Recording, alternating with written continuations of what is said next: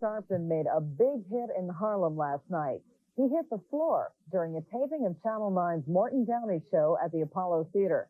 Robert Miller reports the Reverend's fall came when core leader Roy Innis decided to get physical during some verbal sparring. Even after the shenanigans with him and the other... That's a lot of crap. Now, look, brother, you have your time. That's a lot of crap. Brother, and I got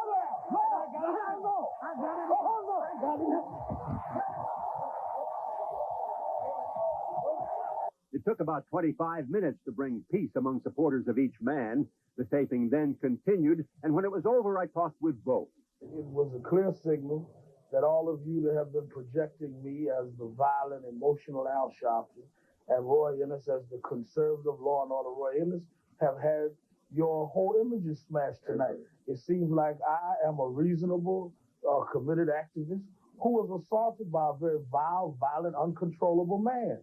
This is a declaration to all rabble. This is one black leader. Is not afraid of them, would not back down from them. Wait a minute.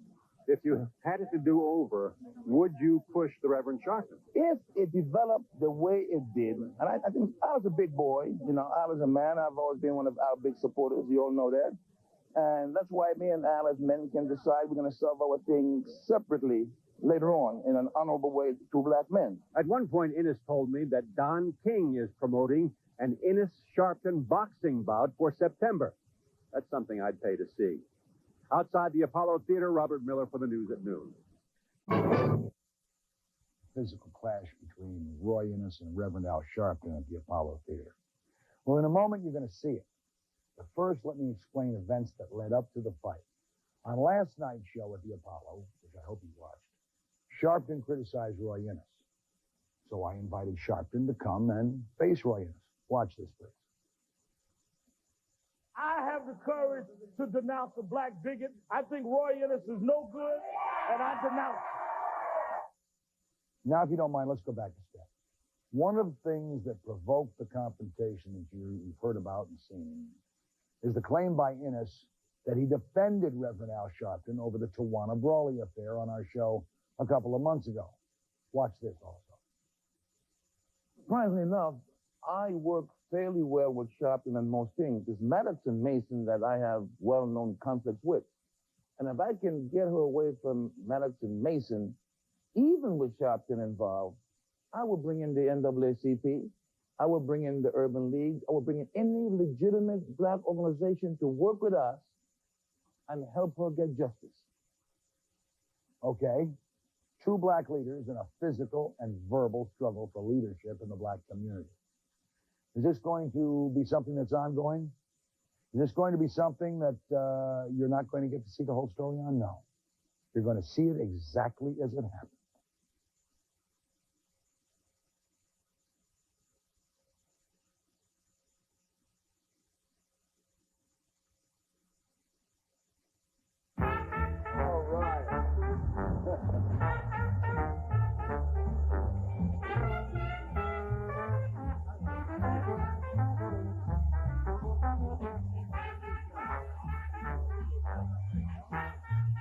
You got to rap for the people in town. We're in Harlem now, so you got to get down. I got to do it in a way that's nice. I don't want to walk out of here with ice. I'm going to tell you, man, when I'm in town, you and me, Biz, going to get it down. That's right, dog.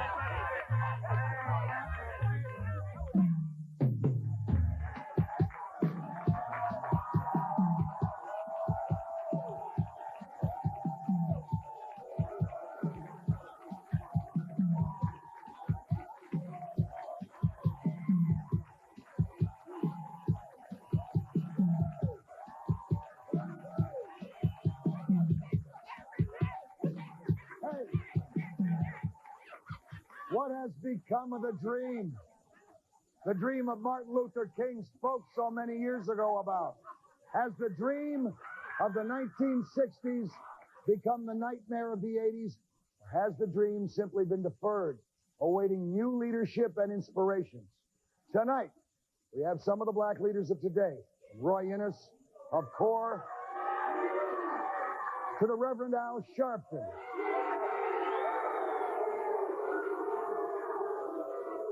Some people call Al the talking microwave, because I'll tell you, he can heat up anything in a hurry.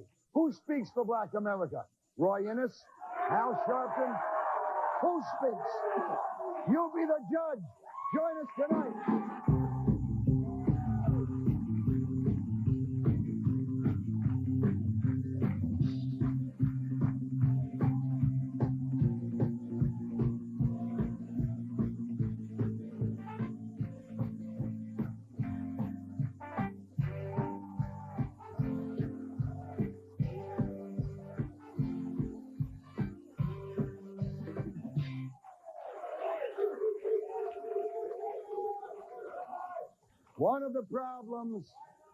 One of the problems in our country that we really don't address is the white people trying to tell black people who their leadership should be.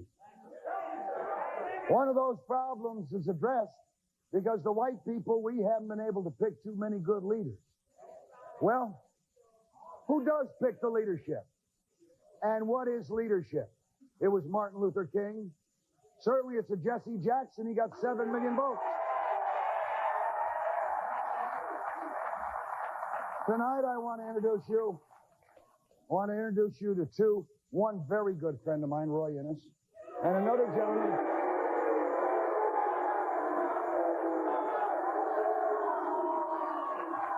And the interesting dichotomy of it all, another good friend, Al Sharpton.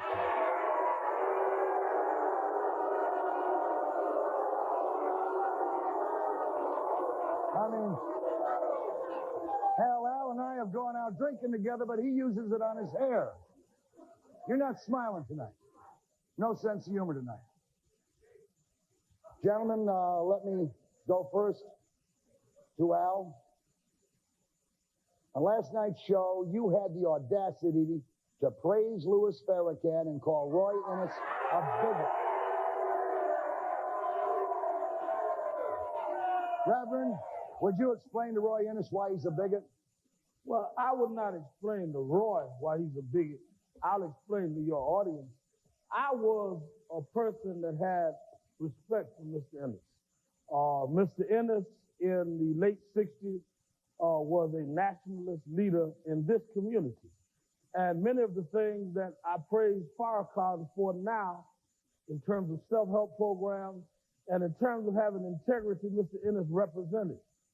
But in this transitional stage, Mr. Innis went from a man who would challenge a Bob Abrams to a man who would curtail and kowtow and back down to a Bob Abrams. Just 2 years ago, Mr. Innis and I were friends when a lot of ex-corps members were making allegations. But when one bum, who he knew was a bum, tried to turn on us, Roy, in his assignment, embraced them. Because anything that goes against our community, whether it's Bork, whether it's Bernard Getz, whether it's Tawana Brawley, Roy Innis takes the other side. I feel that if Mr. Abrams, who has an active investigation on Roy, who Roy has said to me is using a Jewish plot against him, if Mr. Abrams and the IRS can make you get on your knees, Roy, fine. That's your problem. You should shut up and let those of us that have enough guts to stand up and fight. Because there's some of us that investigations and indictments and the rest don't mean anything to. How you can go from a critic of Bob Abrams to an apologist of Bob Abrams makes you suspect at best and a sellout in fact. Roy, how does it feel to be classified as a bigot after a lifetime of fighting for civil rights? I will say that I'm probably one of the... Now, please zip it. We're going to let everyone talk tonight. And that's what the loudmouths are for. Let these guys talk first. Go ahead. I'm one of the few non-bigoted black leaders around, I will say. Let me state now, let's deal with the facts. Let's go to the records. Tonight, we want to deal with the records and the facts. Please do it. On this program, your program, You heard me. You have me on tape defending this man. Recently, even after the shenanigans with him and the other That's a lot of crap. Now, look, brother, you have your time. That's a lot of crap. Brother, no. I got him.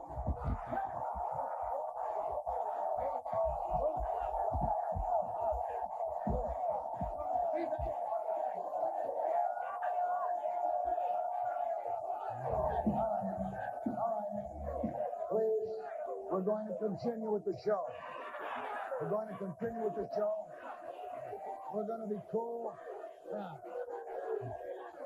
We're going to go to a break. We'll be right back. We'll be right back. Camera, we'll be right back after these lessons. Cool it.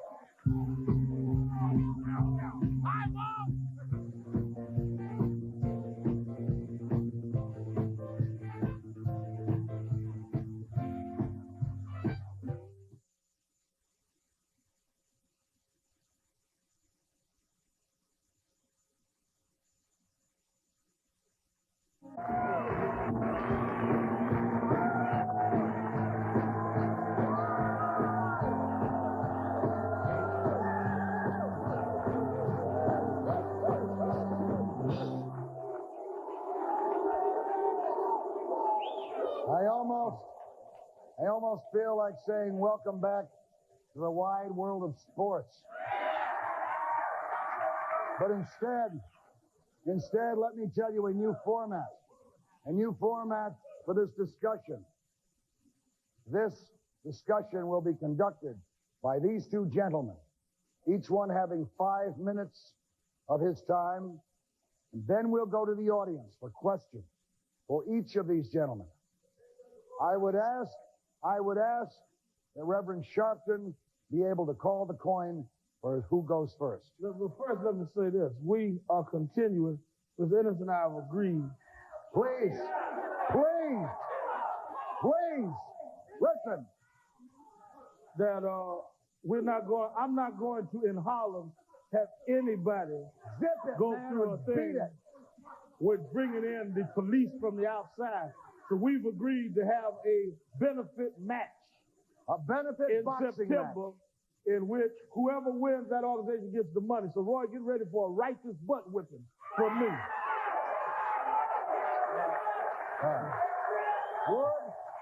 Would the Reverend Sharpton call the coin? Would the Reverend Sharpton call the coin for the opening? Heads is called. And it is heads.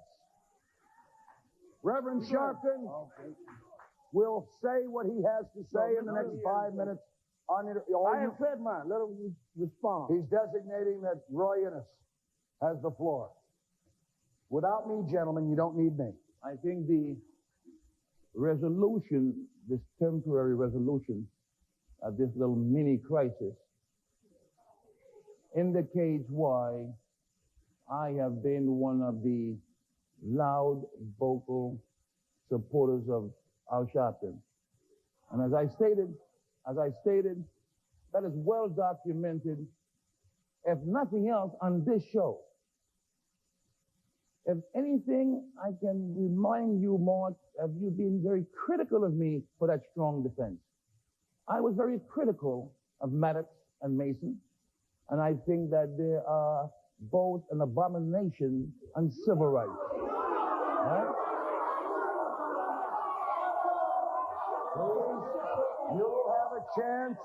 You will have a chance to go to the Loudmouth, I promise you. I took a lot of flack, a lot of baggage for Al Sharpton. I've always said he's one of the brightest young leaders we have in the country. I still believe that. I believe that he is wrong to be hooked up with those two guys. They're not civil rights. Al has been civil rights. To the indecent ones, you get your time at the mic. I'll kick your butt there too. Yeah. Yeah. The problem.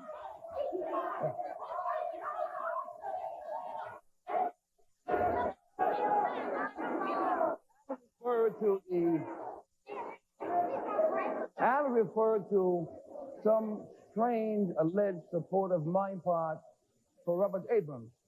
If there's been one critic of Robert Abrams and his cowardly reverse racist tactics in this case and other cases, it's been me. If it's been anybody, I'm speaking to the decent people of America and those here.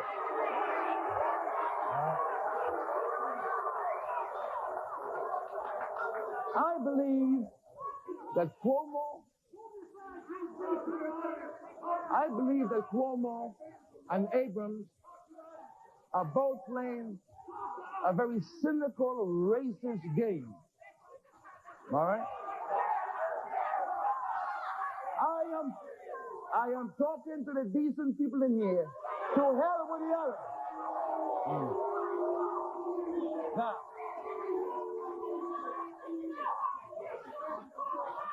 I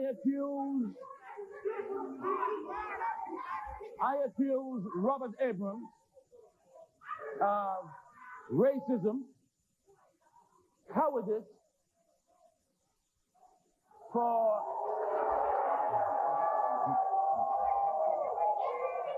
so let me summarize. There's no way that I'm a supporter of Abrams. Abrams is a tool of the political system. He's a tool of our common enemy, Major Owens. He's conducting an investigation of both of us based on Owens. I'm not crazy. But let me point out decency. That's the name. Decency. Not stupidity.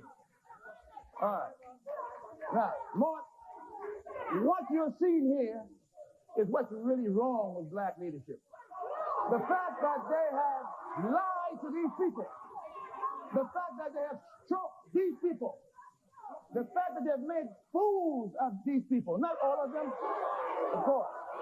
All right?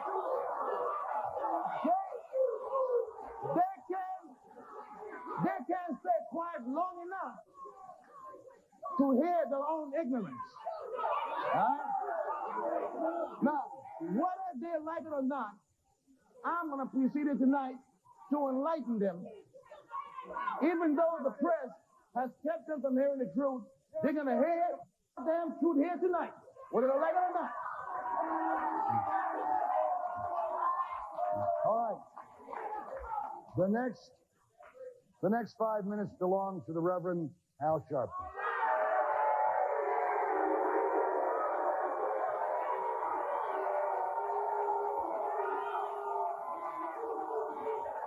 Let me say, in response to that, I think that, Roy, you're right. I have been involved in civil rights and human rights a long time, and I have not met two more credible and committed and dedicated men than Vernon Mason and Alton Maddox. I think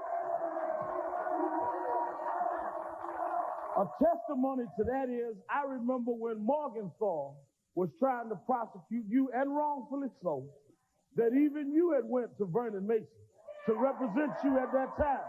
So I think that to try and act like Vernon and Alton is of no merit, I don't think is credible. There are people that play games. I don't like Sharpton. I like the lawyers.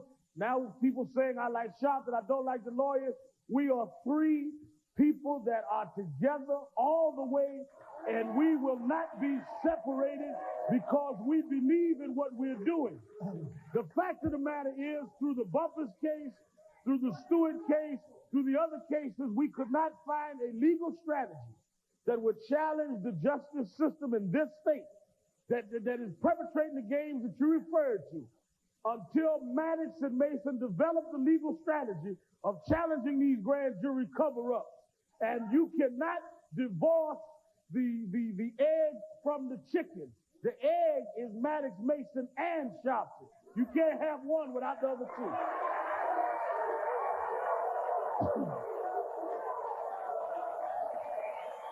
I'll give him 2 minutes. All right. Reverend Sharpton is yielding 2 minutes on that. I would like to ask Reverend Sharpton, as a reverend, do you swear that everything you have said about the Tawana Brawley case is true in your mind? There's your Bible. Let me say this.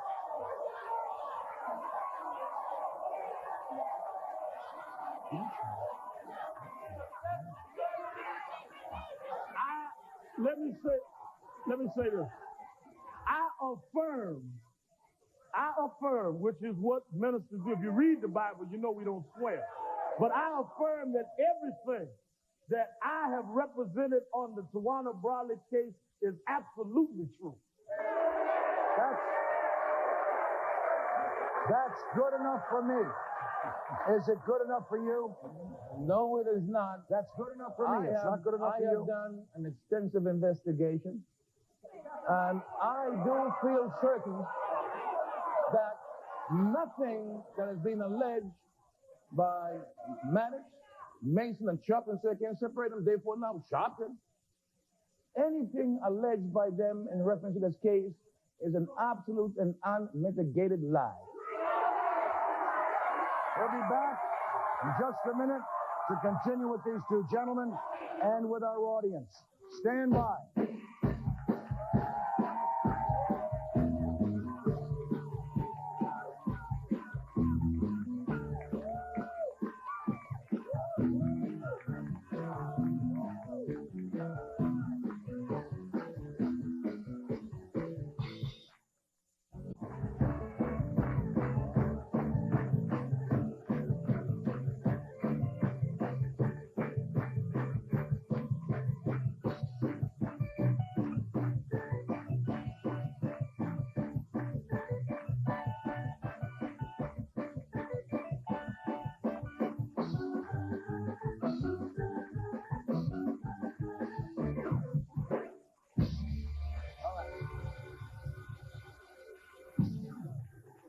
In this segment of our program, Reverend Al Sharpton has 3 minutes.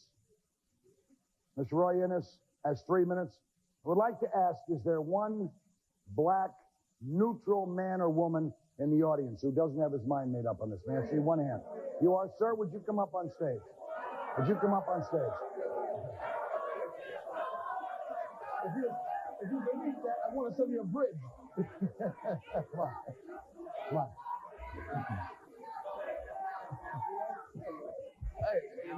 You want me to referee? I'm going to ask this man to stand up here as the host of this show.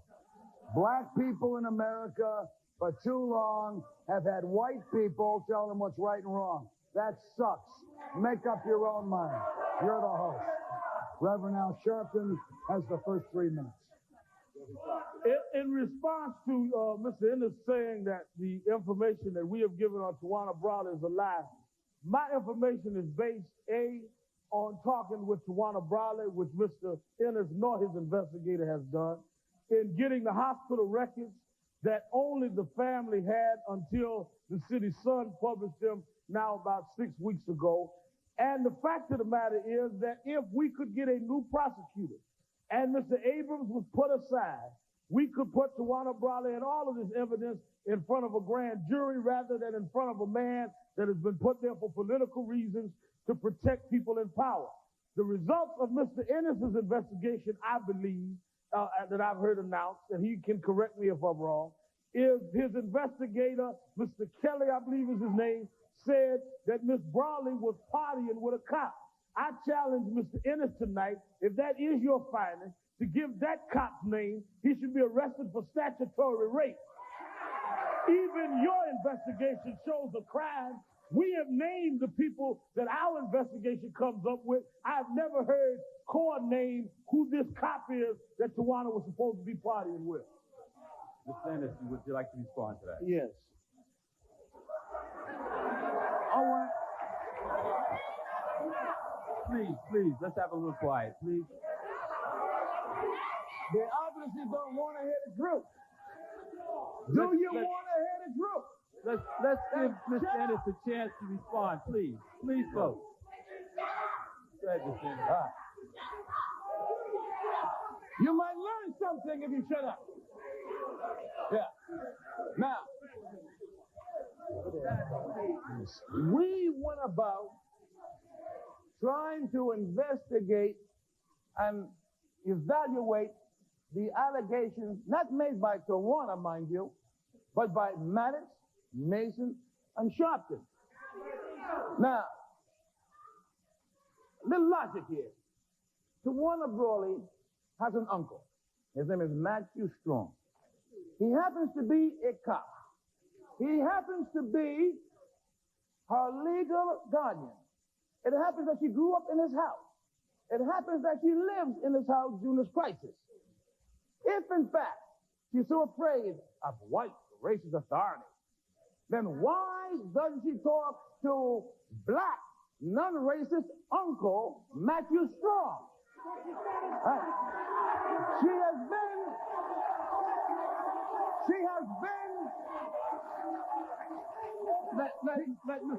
been before cameras. Please. She has been in churches. She has been in all kinds of places where she can tell the truth. What is she waiting for? Could it be that unicorns don't exist? Okay. So Mr. Ennis has response. Let's hear from. Okay, please. Okay, Mr. Ennis, the audience has requested that you name the police officer involved in this. I have not named or alleged to know the name of any police officer. It was a speculation made by Mr. Kelly that maybe she could have been partying with a cop. I have not ascertained that, and I have not proclaimed that at any time.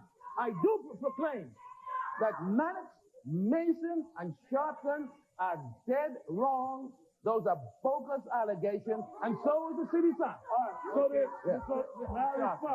then the findings of your Sharpton is now responding. So the finding of your investigation is not that you have found out what happened. You just found out what didn't happen. Exactly. Which means that your assignment was to try to disprove us rather than to establish a case. You don't have any idea of what happened to Tawana Brawley. Okay, hold on. We go through. Hold on. Let's get a question from Big Mouth. I'll tell you what we'll do. We'll be back and let the audience speak next. Stand by.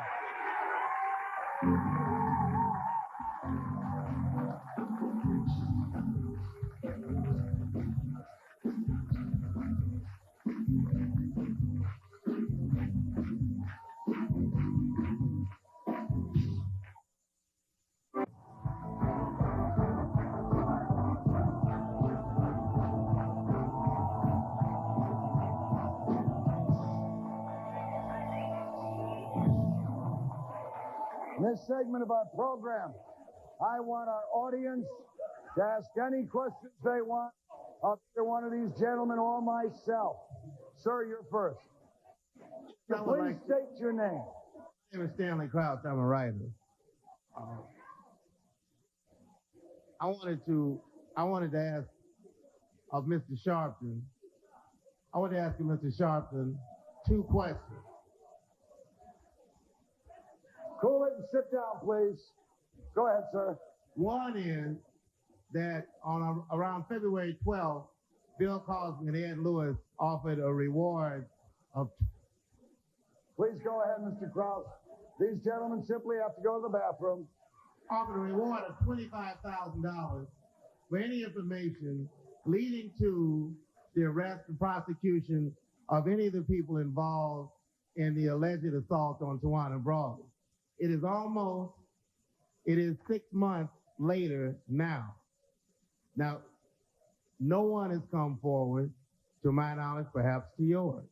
We know that when $10,000 was offered when that cop was killed in Queens, that within a week, 2 guys were arrested for that murder. Now, it seems very strange to me, and I would like you to answer that, the first question, why you think no one has come forward to ask for that $25,000 that was offered by Cosby and Ed Lewis?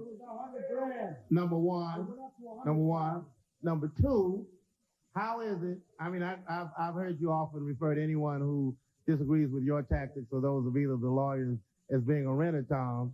But I would like to know how you could account for the fact that Elambe Brave, Roger Green, G2 Wiusi, Sonny Carson, and Playtel Benjamin, and a number of other people, including Hazel Duke, and all have been helped. Let's hear the gentleman. What I'm saying is this: is that you all have been criticized by every kind. Please ask the question, sir. Yeah, that's what I'm asking. That's what I'm saying. How do you account for the fact that you all have been roundly criticized by every black persuasion of leadership in New York? All right, the answer to your first question. The answer to your first question is, Please, let's hear the Reverend's answer. No one has come forward to claim the reward, which is very strange when you've had a bunch of people on television claiming to know what happened, claiming that they could prove that we were not telling the truth, that none of them that claimed the party with Tawana and Newberg did not go to get the money. They went to Mike Taibbi and got on television rather than go get $25,000. So it is very strange to me that no one went for the money, maybe because they couldn't prove what they were saying. As far as your statement that many persuasions of the black community have roundly criticized us, that is not true. We have been solidly supported by Reverend William Jones, Reverend Timothy Mitchell, and the ministers. We've been solidly supported by Minister Louis Farrakhan. We've been solidly supported by several leaders that are still in this army. So for you to name people that are in a particular group and say that's a rounded group of the black community is absolutely, wait, sir, if you're going to ask a question, I'm going to answer it. You also named someone that is a writer at the Village Voice, like you are, that is not a leader at all. So I have not called everyone that disagree with us a Renaissance. I've called Renaissance. There are some people that disagree with us that disagree for strategic reasons. There are others that have been assigned to disagree with us. And if we had the time here or right after here, I can go down the list and tell you who I think was rented and who I think has a strategic problem. But they're solid support in the community for us. All right, sir. Please introduce yourself. Please introduce yourself. Okay, my name is Paul Mill. I work for the New York City Department of Transportation. I have two questions for Mr. Roy Innes, okay? And I appreciate if you can listen to the questions very, very clearly, okay? My first question is, when us poor folks, Hispanics and black, go into court and we try to tell a story to the best way that we can, the first thing they tell us is stick to the story, stick to the story, stick to the story. That's irrelevant. That's irrelevant. What I want to know on my second question is, if that's what we're trying to do is stick to the story, then why is the judicial system themselves, who can't praise what they preach, trying to discredit this man by going into his background and pulling out that has nothing to do with Tawana Brawley and making him look like crap to confuse us? That's what I want to know. Why are they doing it? Why? I'll tell you why. Let me tell you why they're doing it. But before you answer it, let me tell you what I feel. All right? Here's what I feel. No matter if Tawana got raped or not, okay, it's very important that she didn't. No matter how true it is, it's very important that didn't. Because if Reverend Sharpton ever comes out with the truth, I don't think there'll be a black and Hispanic in this world that's going to let a cop put a handcuff on him again.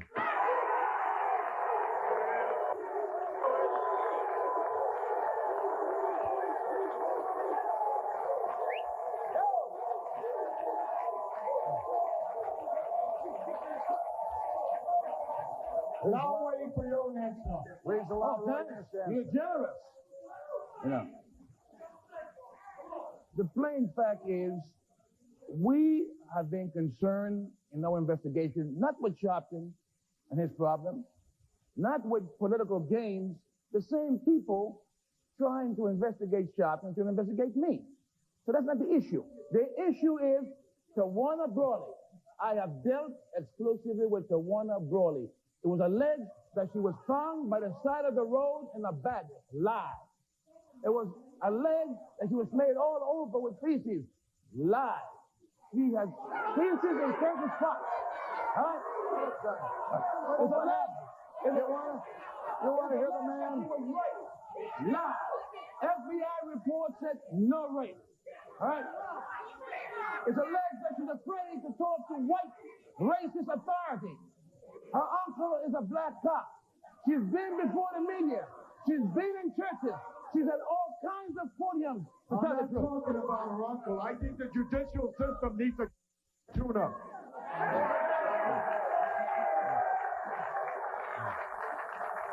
Let me say this in response.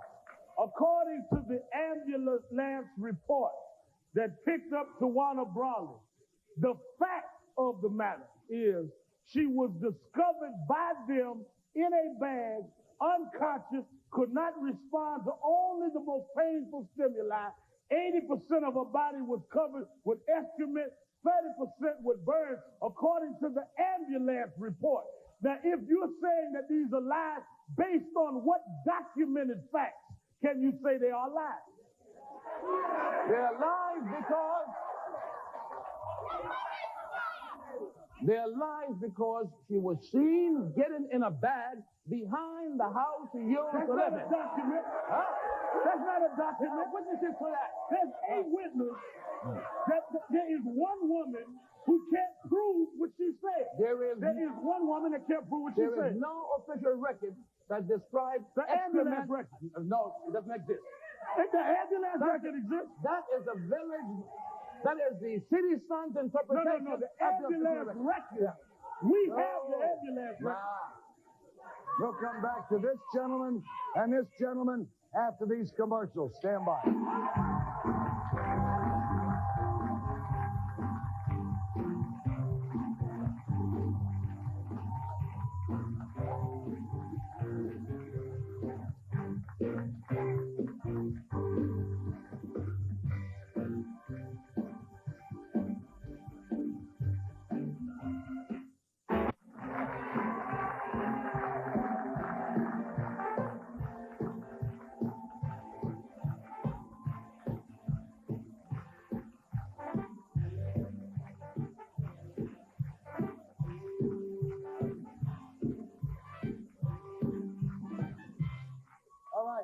Let me come back to this gentleman. You have a question? Give me your name. I hereby ask the Reverend Al Sharpton to come clean. Ask the question, man. Don't give me the come clean crap. Reverend Al, when you embrace this Tawana Brawley issue, your undying quest for publicity, you didn't check out the facts. Now, don't you feel like a cartoon character who takes a big leap off the board, finds out there's no water in the pool? And if not, why have we ask a question on a specific thing without giving me a bunch of bull. All right. And if not, Al, how come we have no more information about this case than we had several months ago? First of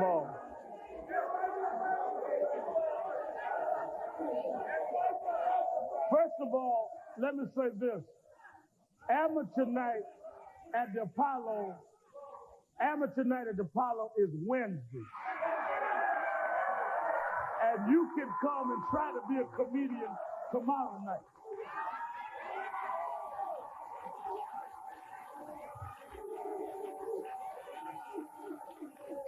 You notice, gentlemen? Sir, would you give your name, please? First of all, my name is Mustafa Majid. I'd like to say to the audience, to the friends, we like to welcome you to Harlem. You say and show you a nice hospitality. Right. But sometimes you find in every race, you have a bad seed. You have bad seeds in the Japanese, Chinese, Italian, like Al Capone, bad seeds. And then in the black race, which is no different. Wait a second. In the black race, there's no difference. No bad seeds in the Irish. And the Irish. Okay? In our race, we have a bad seed. Our bad seed is Roy Ennis. You know, Roy, let me finish. Let's finish. Roy, I've been on the radio with you and a couple other places, and I see, Roy, that either you've been raped from your brain and somebody else must be put another brain in you, brother, because why would you disrespect Harlem? Why would you disrespect yourself? Why would you disrespect the black woman in Apollo Theater? You think, knowing that the Apollo Theater is owned and run by blacks. Why would you do that? Why would you push your brother over? Why would you commit a vile and degradation of? Why would you do that, brother?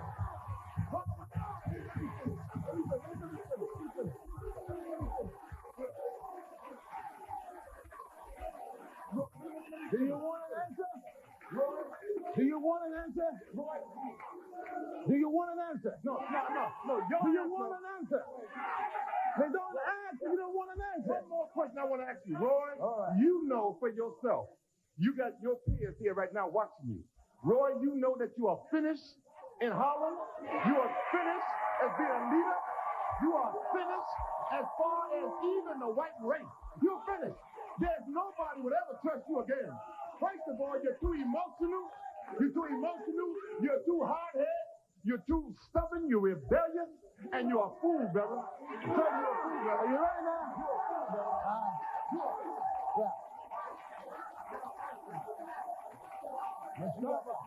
Mustafa, let me tell you. Mustafa, please let him answer. Let me tell you. The reason why that happened, brother, the reason why that happened, because unlike most of those panty-waist black leaders that chumps like you intimidate, this is one you can't intimidate. All right? Let me tell you. Listen, what You claim that I'm finished. Roy. You claim I'm finished. All right? I will be in Harlem tomorrow. All those who want to finish me, meet me here. Okay? Because man, you are. Stand by. We're coming over here. Come on. Roy, don't get it wrong.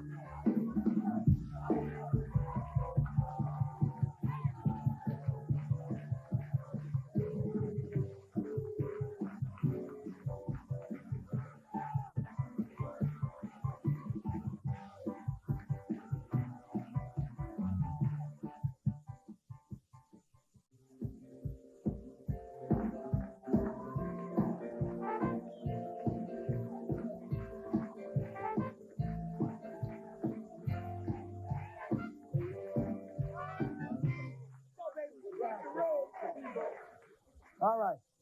Let me go to this gentleman for 20 seconds. You got it, pal. Okay. Yes, I want to address my remarks to you, Mr. Roy Ennis. I want an apology from you in front of Harlem for assaulting Brother Al Sharpton, who happens to be a reverend. I want an apology from you.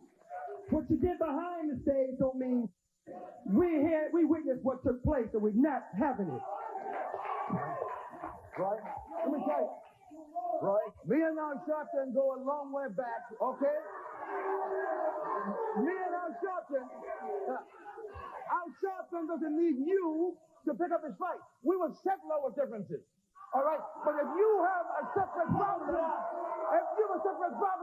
take up your own problem. Another thing, I want you to stop inviting more conflict between the audience and you. 30 seconds, close this out. I want to say in closing, it was important for us as we deal with the Tawana Browder case and the issue of leadership. We have been criticized, we have been ostracized, but it was our love for our people and our love for facts that made us fight for Tawana. It was that same love why I wouldn't let white policemen arrest my brother tonight, even though I think he was wrong. All right, let me close by saying, let me close. No, man, I'm going to close, all right? I'm going to say the final words. Talk is cheap, baby. Love is priceless. And I love you. So did I. Good night, everyone.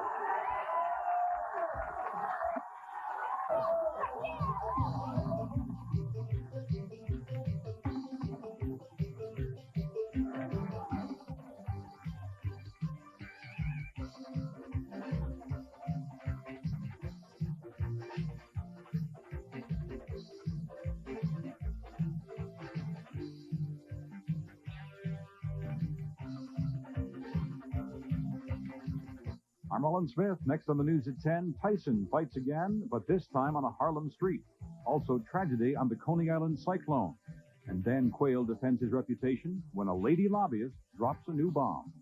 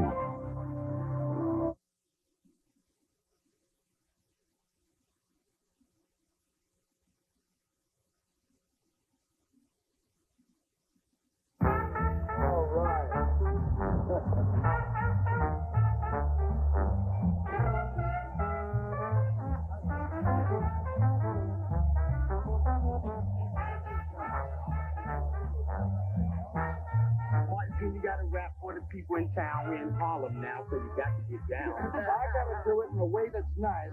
I don't want to walk out of here with ice. I want to tell you, man, when I'm in town, you and me, Biz, gonna get it down. That's right, Joe.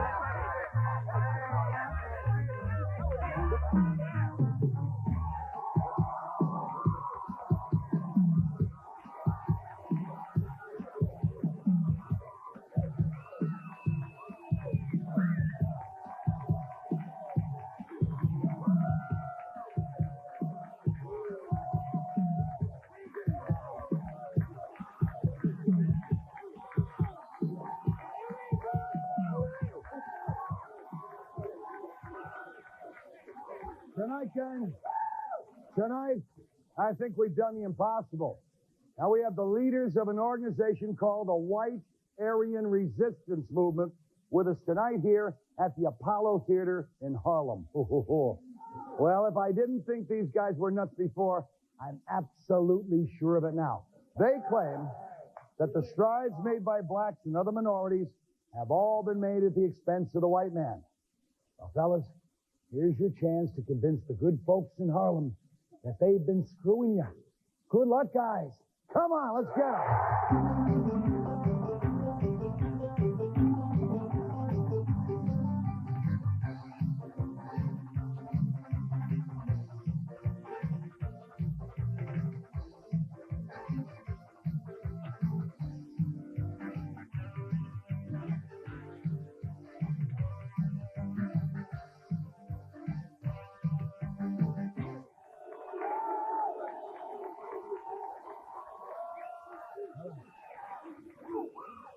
Let me introduce you first, if you don't mind, to the two guests we have with us on home base tonight. Tom Metzger, director of the White Aryan Resistance, which stands for WAR. And I'm not going to designate this man as a black activist. He is an American activist. Stonewall Odom. Tom, let me start out with you, pal. One of your many bizarre themes, all right, and theories, is that whites built this nation, and that progress made by minorities is robbing whites of what they claim is justly theirs. You don't really believe that, do you? I believe that we're in a white civil war in this country. Our main problem is with white people who are too damn dumb to fight for what's theirs. Our first fight is not really with black people at all. It's with the white power structure in this country and the Jews that have betrayed us all.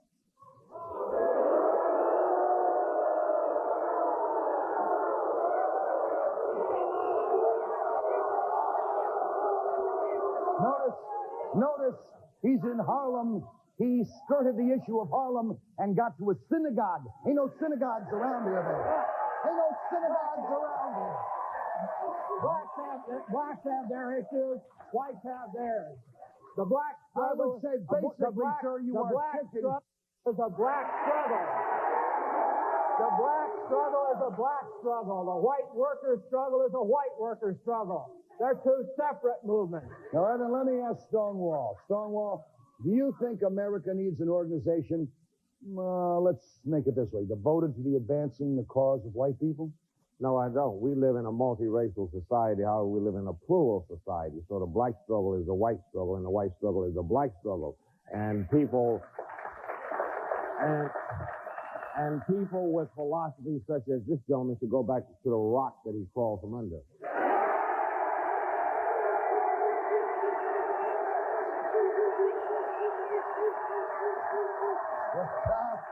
That's a great philosophy. You want to suck up to the man. If you want to suck up to the man, that's a great philosophy. It hasn't done too much for you so far, and I don't think it's going to help the black race. I don't need anyone sucking up to me, pal. And the only thing you is this.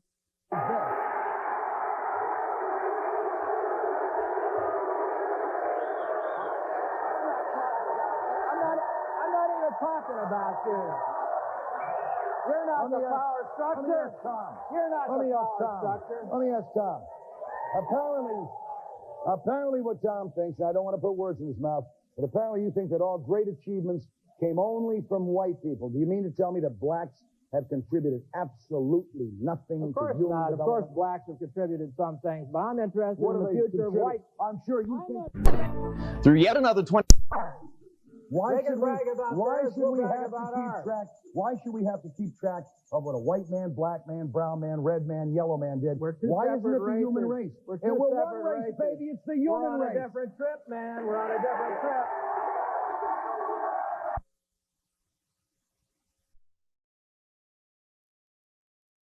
You believe that we're on a different trip in America. I mean, you eat potato chips. Don't you see that? You eat potato chips, right? Do you eat potato chips? No, it's junk food. Okay, well, whites eat potato chips. The blacks invented the potato chip. So now we're all on that. We're all. We gotta hear about peanut butter too. You'll hear about that and cotton also. Okay. We're all on the same. We all. You invented cotton? No, we're all Americans here. We all have one issue here to make this country of ours great. So you could shove it up your butt. You're not making it great. People. The crud of society that's used by the white power structure, the elitist bastards that have sold out us long ago, and they're selling you out, and you're going along with that trip just like him. Oh, yeah? Why can't... You know what the problem is? You know why we hate the white power trip and the black power trip? Because we're not in it as leaders. Are you kidding? We want to take it over. What are you so talking that everyone about? runs This it whole down. media Not thing just is a white, like that's a white power trip. What do you suggest? What do you suggest we do in this? What do you suggest we do with the Jews, the blacks, the Hispanics? Black separatists have been doing and white separatists are doing, fighting for our individual futures and making plans and having discussions that might make some sense in this country. Well, let me ask you both. Integration isn't making sense. Let me ask you both, Tom Stonewall. Should we be spending any time on who built America and who didn't build America, or shouldn't we all be working together for everyone's mutual advancement? And incidentally, Stonewall, I have no problem with the National Association for the Advancement of White People, the National Association for the Advancement of Colored People, the National Association for the Advancement of Orientals, Hispanics. That's fine. Everyone wants to advance themselves. Good. How about having a National Association for the Advancement of America? Why don't you join? But you see, people like this. That is a doornail the way you see it. You're still looking at the conservative motherhood apple pie. That was gone a long time ago when we went off to war and got our people killed by the millions. America died a long time ago, the America you're talking about. Sir, if America died, Stonewall, if America died, it's the dead carcass is always eaten upon by maggots, and you're a maggot.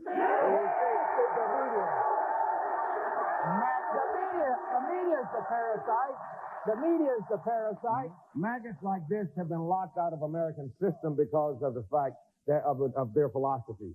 Now, they have no other way to go but to try to separate us as Americans. You see, he was the power structure... He said he's a black the power activist. structure, You said he's an American activist. The power structure realizes that this is just a maggot. If he's a black he's been locked out of the white that's power fine structure. with me.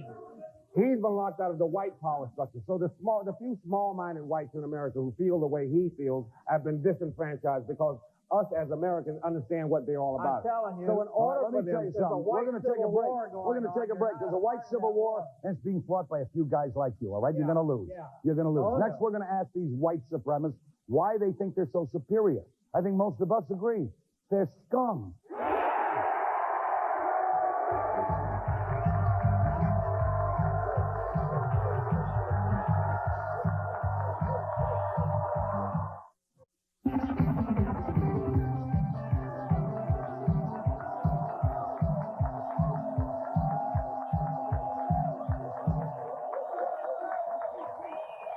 All right. Let me introduce some more folks. Let me introduce some more folks who are joining us at home base. Rabbi Rosenberg is with us tonight. And we'll just call Rabbi Rosenberg a humanitarian, because indeed he is. We've also got at loudmouth number 1, Carl Strait of the Aryan Youth Movement.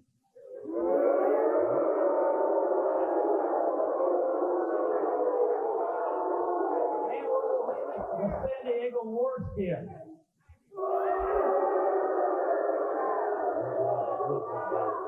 You feel like a tough warskin? Yeah? Oh, I do my job. Why don't you take a walk down 125th Street, baby? With you with me. Let me also introduce at loudmouth 2, George Holmes, with the Immigration Services of Congress of Racial Equality. Come on. Let's start with Carl. Let me start with Carl here. Carl, you remember what you called a white Aryan race resistance organization, all right? Warskin. Just what is it you're resisting? What's the point? What's your organization do? We believe in separation of the races for the survival. Black and white separate. That's what we believe in. So when you say black and white separate, do you mean black and white? Do you mean white separate from blacks, from Orientals, from Hispanics? Move all those others out. No deals with Move all Orientals, those others out, right? Or Jews, like this one Or here. Jews. Oh, it's like this one. Aren't you the guy who teaches them how to self-defense and all that? You're the tough guy, right? That's right.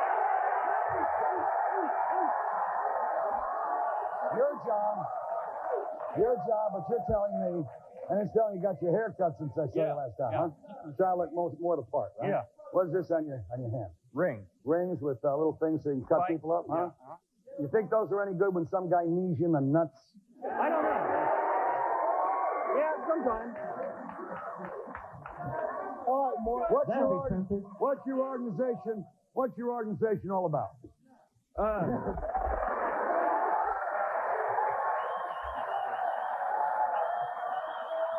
That's a good one.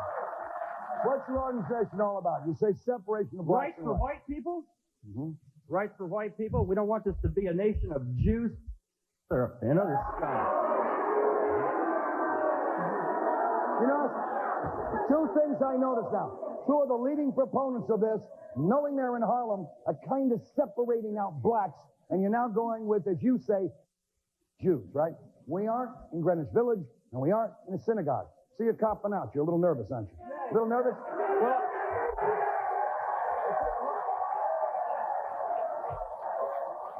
Look, I'm going to tell you something. We're growing all over the United States. It's too late to stop us now, and even the feds know it. It's too late. Too late. Too late to stop you. George, let me ask you, what do you make of creeps like this and their little racist organization? They're growing. They're probably up to 10 members. Well, Mort,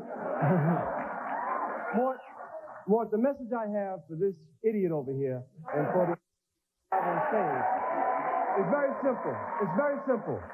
We've heard about some of the attacks that they have made on black people.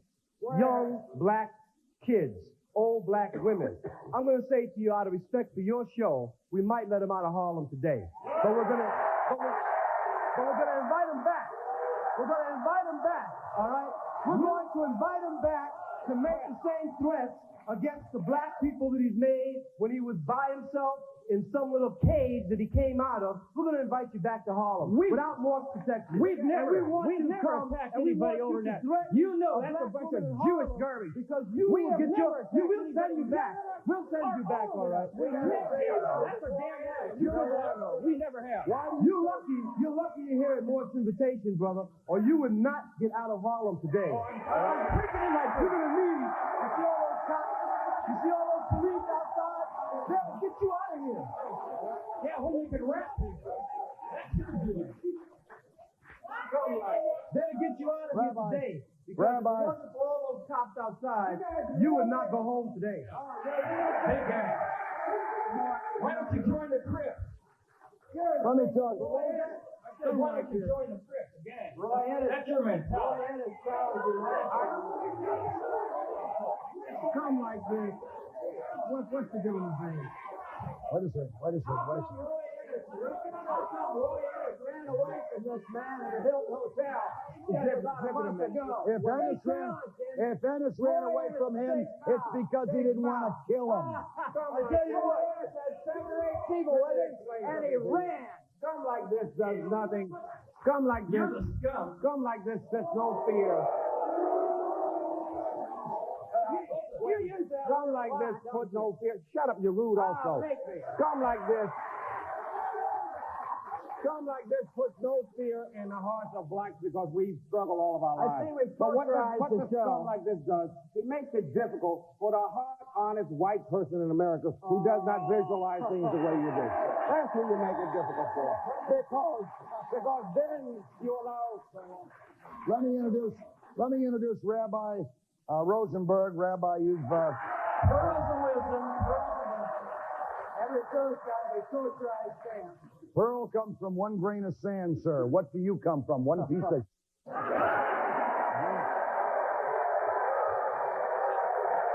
don't use that terminology. Actually, I'm a nice guy once you get to know me. Let me go to Rabbi Rosenberg. Incidentally, his synagogue was recently desecrated. Rabbi, I don't know if it was by people like this or who. Well, Stonewall and I have been involved in many, many humanitarian acts over many, many years. We're very close friends. As far as any attack you have on the Jewish people, I'm happy to tell you that we now have Jewish power. We're not afraid of any of you. Are you leading the Jewish defense right now? One more time. Leading the Jewish Defense League against anybody that attacks Israel. Is that your thing, Rabbi? I tell you what I would like to do. Jewish Defense League, don't you? Yeah, we smashed them in L.A. We beat the living hell out of them. You walked down the street and your leader, Reuben, ran out the door. Out of you, didn't they? Didn't they? Okay. I say, you walked down the street in San Francisco shortly after doing my show, and they beat out of you, didn't they? Hey, we had a big white pride march in San Francisco. We did march in San Francisco. How come the state of Israel is allied with South Africa if you love the blacks so much? You know what I'd like to do? So much, what about being allied with South Africa? You know what I'd like to do? I'd like to call upon a dear gentleman and a dear friend of mine who you just attacked, Roy Innes, for the two of us to start a national coalition against all these people and to have blacks and Jews on a national level coincide against hate mongers such as yourself. I never attacked Roy Innes. What are you talking about? You can't even speak correctly. Do you admit that your friends in Israel are allied with South Africa? What do you tell black people about that? Let's hear how do you handle that. Let's see how we handle it. Also, there are African countries, black African countries, who are purchasing arms from South Africa. So some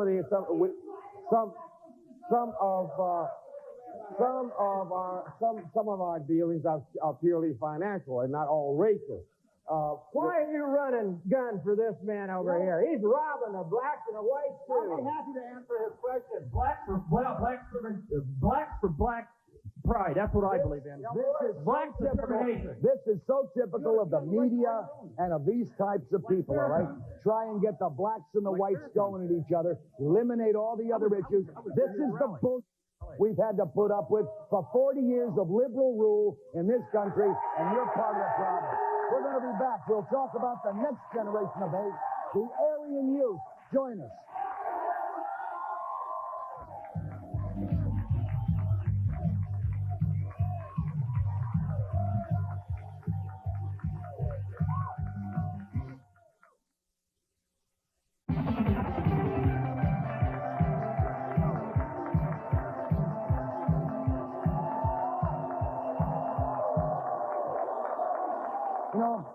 The thing we have to watch out for is we have to watch out for this type of thinking permeating the youth, all right? And that's exactly what Tom's doing. You're not just satisfied with middle-aged bigotry and stupidity and hatred. You're teaching the young to hate with the Aryan youth movement. How do you justify that? I mean, can you? That's subjective. Your own kid. You call it hatred, I call it love. We're getting the youth, white youth of America. We love our race, and we love it enough that we're willing to die for it if we need to. That's what we're doing across this country. This summer we'll have a national coalition meeting. The Euro-Caucasian provisional government in this country. The war started in 1984 when Robert J. Matthews and the Order declared war on the system in Washington, and we support that declaration of war today. We're not here to convince necessarily anybody, because what's going to happen is going to happen. How many members do you have? And these people better get out of the way. How many members do you have? How many members? Thousands of them all across the country. Thousands. Yeah. Of the right kind. Right kind. And you think thousands of wimps like you two guys are going to crush us? Huh? If you know the pressure points, if you know the thousands can do it.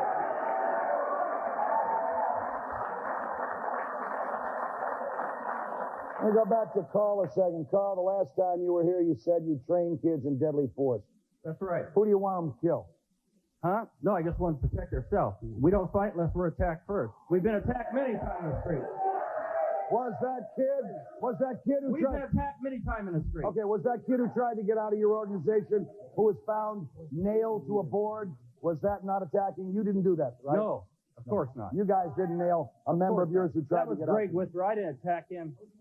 I never attacked Greg Withrow. You did not crucify him and nail him to a board. But he lied on me on the Phil Downey show. He lied about it. Oh, he sure did, yeah. They protect white youth, they protect white womanhood, and they protect white people who want to be protected. If anybody goes against them on the streets, they're going to get smashed. But isn't this the gentleman that had his philosophy smashed in California? Boy, isn't this the same gentleman that had his philosophy shoved up his rear end in California on the street? Yeah. Boy, you're just showing your ignorance. Rabbi, I want the rabbi to answer a question, because the question was asked by one of these gentlemen, what about Israel's alliance with South Africa? I think How do you explain it? Let me hear it. Let's not waffle out of questions here.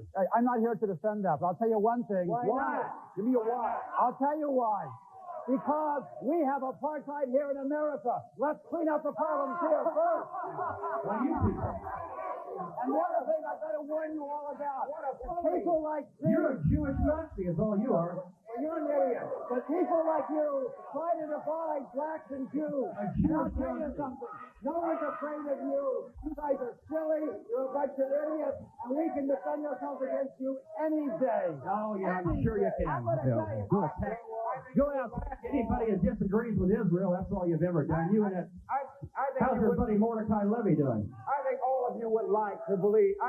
People like you who spread hatred would like blacks in this audience and across America to feel that all Jews are in agreement with South African policy. You should listen to Louis Farrakhan. Louis Farrakhan is a good black leader. He told you the same thing. That's just as wrong. I was there. I was at this rally in L.A. That's just as wrong as your position. If we wanted to be fair about the dealings with in South Africa, then we as blacks should also address the black countries who are purchasing arms from South Africa. What do you think? Let me ask you something. What do you think of what Louis Farrakhan said about the Jews? Which black country? Which black country? What's the warring country? The last country, it eludes me right now. Do you believe he wants to answer your question about Farrakhan.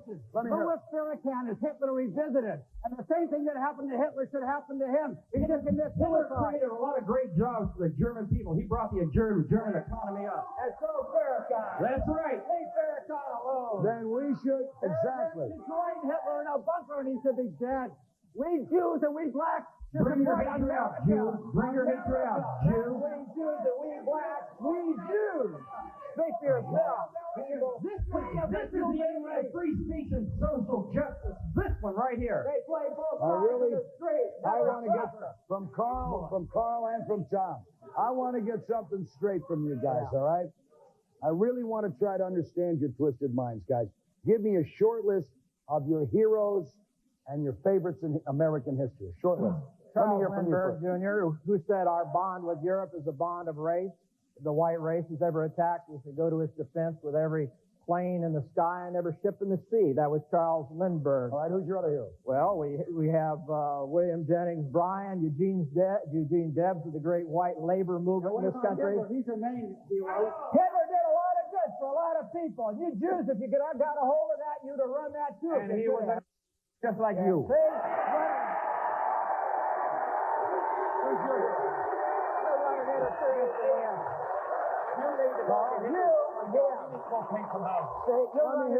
Let me hear from Carl who some of your heroes are. Who are some of your heroes? Some of my heroes are people like Frank Silva, David Tate, Robert J. Matthews, the people of the order. Those were my heroes. Right on. Right on. So let me here's the gentleman. Yeah, and Adolf Hitler. Adolf Hitler's the hero of yours? Yeah. Adolf Hitler's the hero of yours? I think that's what I said, yeah. You have no idea how many whites he killed too, do you? There were people, all people were killed. But they only cried for the Jews. They built big monuments to the Jews. You think they were the only people that ever got killed? Lord, we cry for the Christians and for the Jews. I never heard you cry for the Christians once. 70 million. I have always spoken on behalf of Christians who perished also. There were many Christians who gave their lives on behalf of Jews. It's people like you who want all of humanity dead. I want you out of this. You're a person. Let me hear from this gentleman. This gentleman's name is Rabbi Zip it, Carl. Let me ask this gentleman. I think your name is Saeed Saladin. Saeed Saladin is my name. First thing I want to do is welcome you to Harlem, Morton, Downey. And I want everybody to get a round of applause for the Inner City Broadcasting Company for renovating this Apollo Theater. Go ahead. Right, it's Apollo. And in the Apollo Theater, if you half step and you get booed, whether you're a famous movie star or a chump. So I just want to say, but let me warn everybody in this audience about one thing especially. In the South, where the white man tell you how he feels and he's honest with you, and he lets you know where you're standing at, you seem to prosper. If you go down South, black folk own land. More black colleges are in the South than there is in the North. More black people own land in the South than they do in the North. In the North, they claim to be integration and they love black people, but they talk one thing out their mouth and they got another thing in their heart. I'm not saying that. I'm talking about, hold on. I'm talking about down South white folks. I was shocked to go down South, and I lived in Arizona. I've been in Oklahoma, Mississippi, Alabama, and Georgia. I never received respect from white folk until I went down South.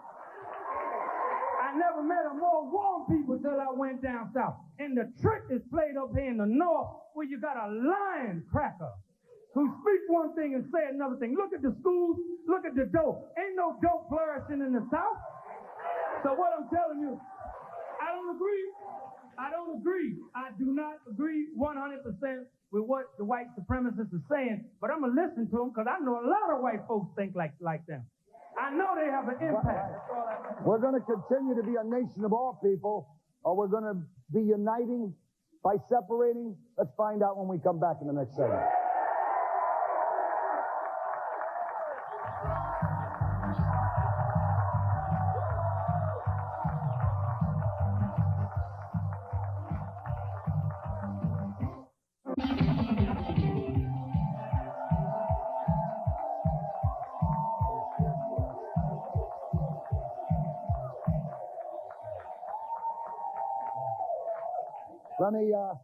Let me come, please, to George again, if you don't mind. George Holmes, when we talk about people getting along with each other, it brings up immigration, all right? You're familiar with that. Is our virtual open border policy helping or hurting all of the Americans who live here now? Well, Mort, it can't do anything but hurt. It's got to help. This country was founded on people coming from all over the world, from Africa, from the Caribbean, from Europe, from Asia, and they came together. They came together in slave ships, baby. They came together. They came different ways, but we got to understand something. This country was built on the backbones of the immigrants. We've got to allow those people who want to come to this country, who want to build, And we've got to allow them to come in, and we've got to give them the status they need to succeed here. And more, before you go... Let me ask you a question, Carl. That's all well and good. We have an open border so that Mexico can pour across. We have an open border so San Salvador, so all of these Hispanic nations can come across. And I think that's great that we all live together. How about opening them up so my Irish can come across, all right? This is 275,000 illegal Irish in this country, and they want to boot their ass out. I want them here, too. Well, more, that's a misconception. That's a misconception because the fact is that the borders are open for Europeans to come in whenever they want. It's the Africans and the Caribbeans who are having problems coming in. That's where immigration needs to open up its borders to our brothers and sisters from Africa, from the Caribbean, and from the third world countries. That's the immigration policy that this country needs to develop. All right? Let me hear from John. Let me hear from John. Look, the first ones that get hurt are the blacks with immigration. Are you kidding? We come from California. The Mexicans swarm across the border. Supporting anything I say or do, all right? Let me tell you something. Don't try to whitewash. The largest black unit very specifically in what LA to say, because I'm not afraid of you. I know where you're coming from.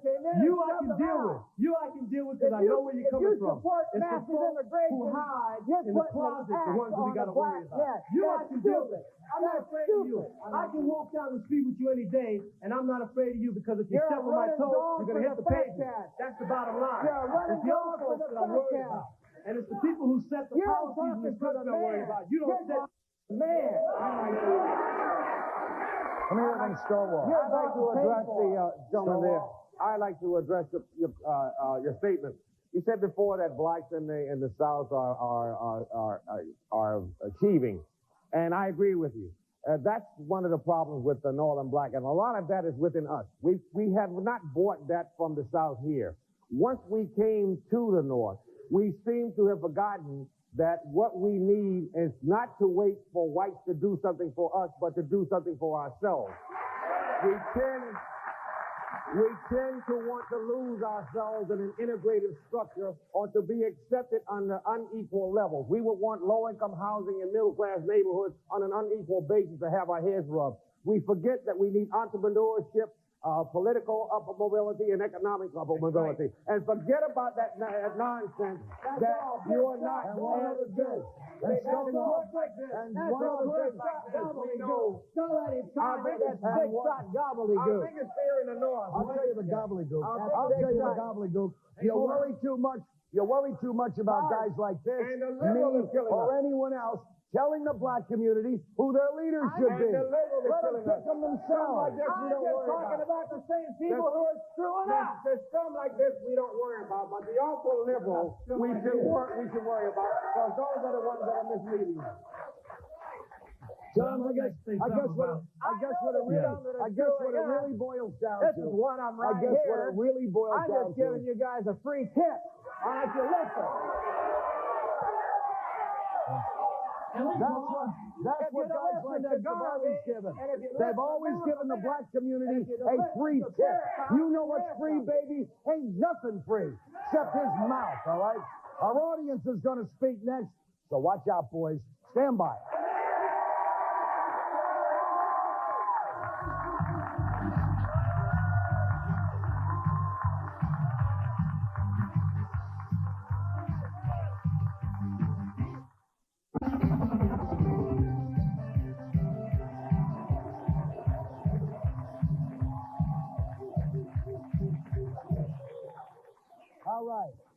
All right, I promise this gentleman he was first up to bat. Loudmouth 1, so your name. I just want to make it clear Let that me I have the microphone on down here, please. I just want to make it clear that I have nothing to do with this gentleman over here, for the audience, firstly. Secondly, the rabbi has continually skated on a question from the audience, and I'd like to present the question for the brother that asked the question. In terms of Israel, they have given a lot of support to South Africa in terms of arms and shipments, et cetera, et cetera. You have not addressed that question as to why Israel is doing that. Secondly, I heard you make a statement that you cried for the Jews and for the Christians. How about all the black people who are still dying in South Africa? What is your comment? Thank you.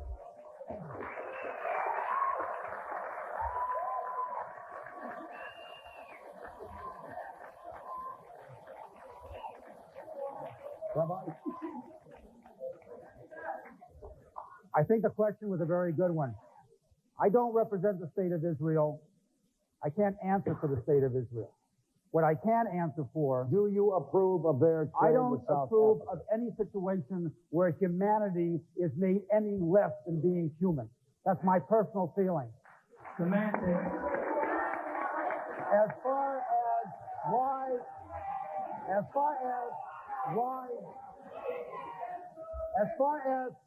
why we don't cry or do cry out for our black brethren, I'll tell you something. You don't need me to cry out for you. You have leaders who can take care of yourselves very well. You don't need me. Second of all, any humanitarian worth his salt will speak on behalf of blacks, on behalf of Jews, on behalf of Orientals, on behalf of all humanity. Because when Hitler goes after someone, such as these people, they go after the entire human race and try to destroy anyone. When he was playing the fiddle, it reminded me of the concentration camps, when they brought Jews and non-Jews to the crematorium and they played the fiddle. We have to unite together on behalf of humanity. I'm going to ask the question. I'm going to tell you, doctor, zip it. I'm going to ask the question one more time. Are you upset with the fact that Israel trades with an apartheid, suppressive nation like South Africa? Yes or no? I personally am upset. Or no? Yes. All right. Absolutely. Go ahead, sir. Go ahead, sir. What have I done about it? I spent my entire career on behalf of peace and humanity. That's what I'm going to do about it. That's why I am in shows like this. That's why I work with Stonewall. That's why I go against idiots like this. Because humanity versus Israel. I will say the rabbi has stood up. I want you two aliens to answer, what do you think we're going to be doing as a human race if you come around spreading your racist propaganda? What do you think we're going to be doing to defend ourselves? You can't say you're going to kill us. Kill our babies. Want to be separate. Kill our babies, etc. We got a white civil war going on. It's between whites. Blacks have nothing to do with it. We're still fighting. We're talking about a white civil war. This week in this country. Since when? That's what it is. An elite against the elite and a Jew. What? Oh, that's the elite and Jews. Where were you when you were hanging us like rabbits? European non-Semite people, that's white. I understand that. You say Greek people aren't white? Look, come to the table if you want to eat. We'll sit down and discuss it on a national level. When I want to eat food, I don't want my food poisoned. If you don't come to the table, you won't be able to eat. I've offered.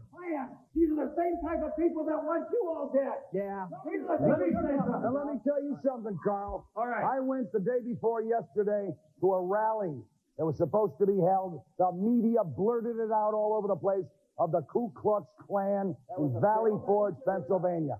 There were 15 jerks in starched white sheets, all right, who probably had nothing but wet dreams in those starched white sheets.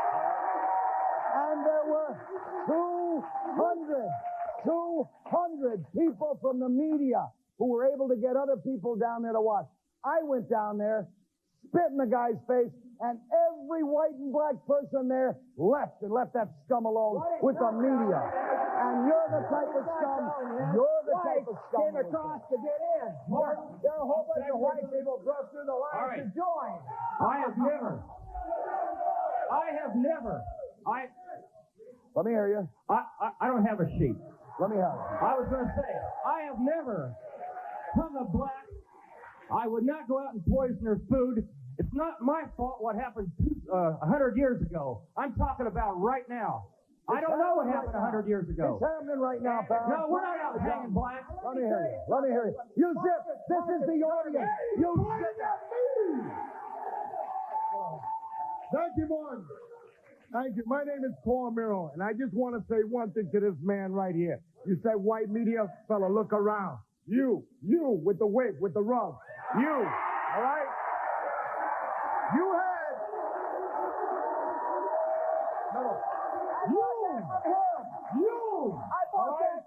You had the nerve to tell Morton Downey, white media, hey, fella, look around, buddy. We got multicolor here, all right? That's number one. And you dirty son of a bitch, all right? Let me tell you something, all right? Let me tell you something. How come down south you wear the sheets, man? Up in Harlem, you don't. And I, for one, feel offended with the flag on your jacket with the KKK abides by, and I want it off. Take the flag off. You're in Harlem, buddy. Take it off. That is the KKK's flag. I'm not going to take it off. Take it off, man. You're in Harlem, buddy. That's right. Give us that one respect. Take the flag off, buddy. No, All right, because you ain't got the sheets, buddy, but your colors are showing. I don't wear the sheets. Come back I'm to not in the this plan. again. Stay with us. Come on.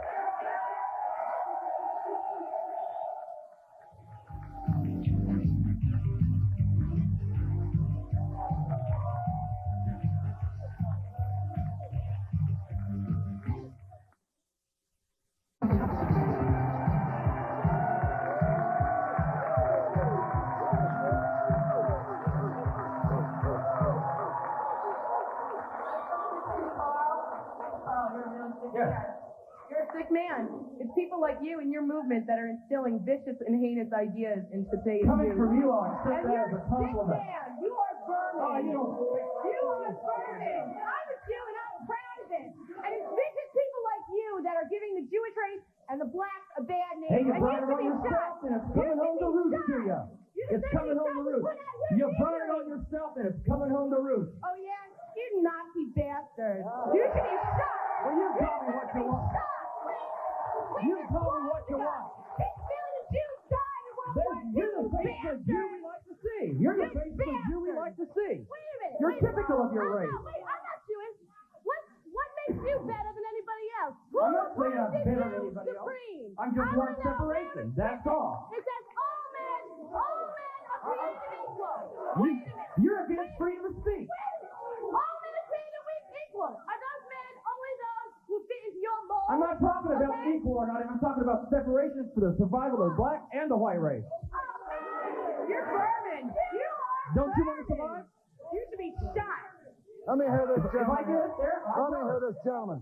Sir, you step up there. Directed to you, scumbag, and this lizard face. I want to know why you said y'all in the war fighting when we, the brothers down in the front line, getting killed. In Vietnam, huh, bitch? And this mother, yeah. Hey, I would like to sit down. Right now. Like you. You ready? Let me go up to the balcony. Up to the balcony. Up to the balcony. Go ahead, sir. I want to go up here. You're a very fortunate black person. Yeah, I've been around. I've been in You're very fortunate. What about you ain't got nothing. Rabbi? Let me hear this gentleman. I'd like to know what about Jewish racism in Borough Park, where the Jewish kids spit on the Gentiles and say goy, and you want to buy a house, and the guy from Israel says real estate woman, I'll kill you. And the chief rabbi of Lubavitch in his Hanukkah message in the paper says, love of your fellow Jew is one of the most important things, but nothing about love of your fellow person. We should love everybody, not just Jews loving Jews only. Man, all we got to understand. Hey, pal. Hey, you got to listen and understand. All Jews aren't great. All whites aren't great. All blacks aren't great. That's right. None of us are all great. There's a bunch of kiss asses out there. Don't worry about that. You're right. Worry about the masses. On our next show, you shut up. You shut up. Talk about Vietnam. You just shut up. You just now say something. On our next show tomorrow night, also from the Apollo Theater, we have coming up a solution to racial problems. Listen to this. Separatism. Tomorrow night from the Apollo, we'll have Robert Brock. Would you step forward, Robert? Who is a black separatist. And we'll have Daniel Johnson, who is a white separatist. And looking at these gentlemen, I can damn well understand why they want to be separate. Look, pal, it's very simple. There's no place in this world for people who hate. particularly people who have no other reason other than the color of someone's skin. I hope we've exposed some of these jerks. He swept everything under that rug. All right? Now, let's get them the hell out of the building. Give them a 10-second head start. Down 125th Street. Good night, everybody.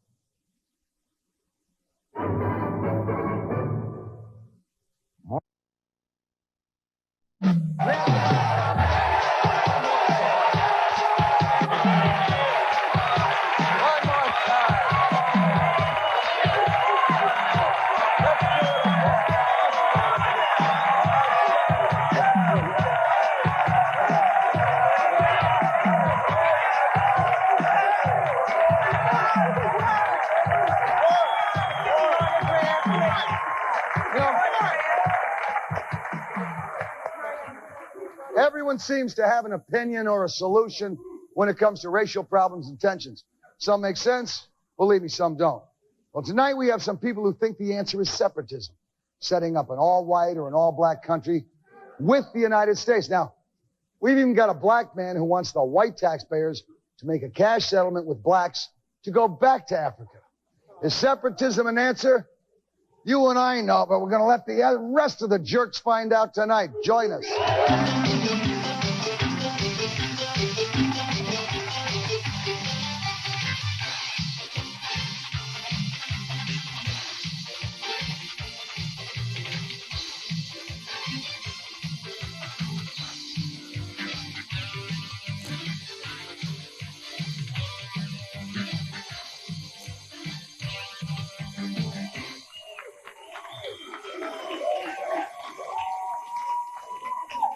Some of you were with us last night.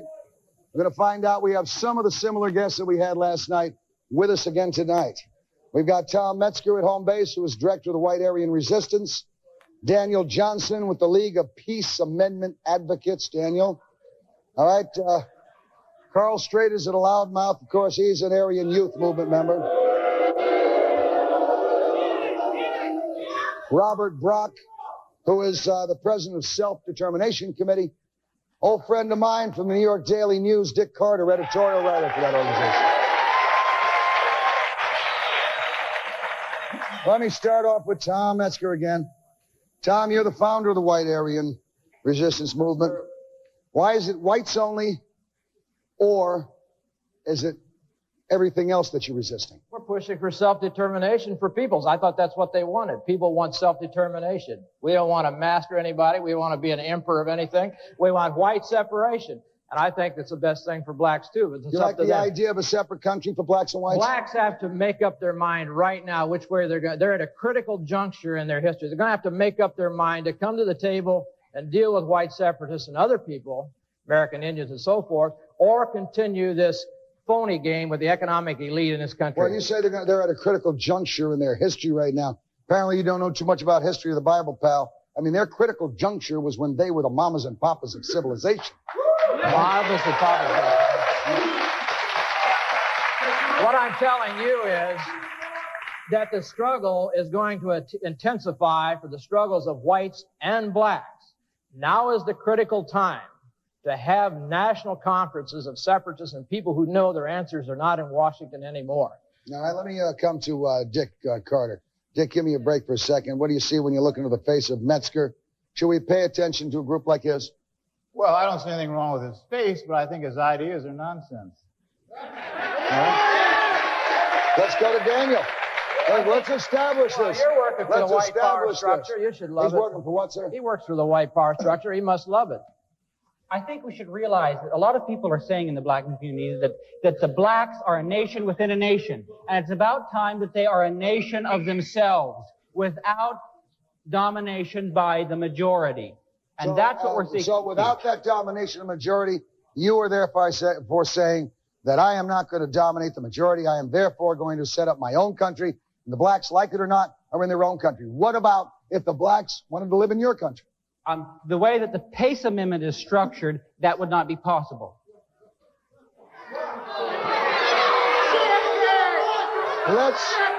Okay, the concept here. You just got through saying, wait a second. You just, zip it. Okay. You just got through saying they're being dominated, all right? Okay. Here's an opportunity. I'm going to let you set up your own country, all right? And I hope, Pat, you're the only one there so you can take care of yourself this way, all right? You set up your country. You don't want to dominate anyone. All right? You don't want anyone to dominate you. You don't want to dominate anyone.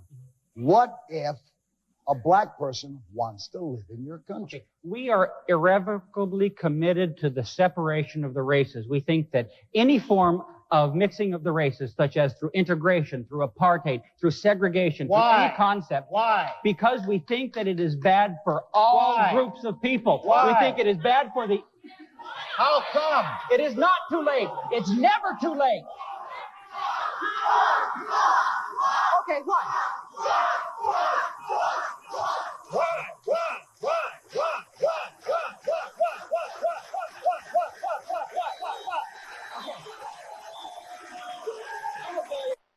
It's going to be. That's why. Okay, the reason is... You got the message from the audience, right? Okay. I mean, he obviously didn't get the razor from his mama, but he got the message. All right. We think that there are a lot of problems that America is experiencing now that can be overcome. Be an improvement for all peoples through this method. Integrationists are the problem. Integrationists are the ones that are killing the black community. This is Harlem. Harlem was a culture before it became integrated. You have lost your culture and you need to regain it again through segregation and separation. Let's hear this. Let's hear it. Look at the black communities. The black communities are dead. Hey, look at this audience, Jack. This audience is integrated. What's wrong with that? Look at the black. There's black, there's white out there. What's wrong with that? You want an all-white audience? You want an all-white audience? Because according to the black nationalists, their position is that integration means subjecting their culture to the culture of the dominant majority, and that is wrong, and I agree with them. Name the black nationalist who thinks that way. Name one. Dr. Obadeli of the Republic of New Africa. Name another one in America. Oh, he is in America. No, where have you been? Name He is in America. Name somebody. He lives in America. What about Louis Farrakhan? What about the black Hebrews? What about the Self-Determination Committee? What about with any number of black nationalists? We're dealing with the integrationists, and the integrationists are traitors to their people. You know something? He might not be wrong. I can't think of a black man or a white man who'd want to live with this guy. Let me give you. I'll tell you why they don't want to deal with those people. I'll let you talk in a minute.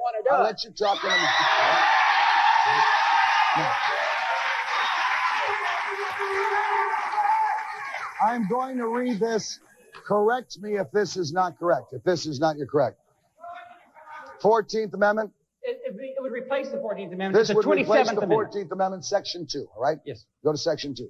No person shall be a citizen of the United States unless he is non-Hispanic, white, of the European race, in whom there is no ascertainable trace of Negro blood, nor more than 1/8 of Mongolian, Asian, Asia Minor, Middle Eastern, Semitic, Near Eastern, American Indian, Malay, or other non-European or non-white blood, provided that Hispanic whites, defined as anyone with an Hispanic ancestor, may be citizens if, in addition to meeting the aforesaid ascertainable trace of percentage tests, they are in appearance indistinguishable from Americans whose ancestors' home is the British Isles or Northwestern Europe. Only citizens shall have the right and privilege. Haven't you ever read the Constitution? The old Constitution?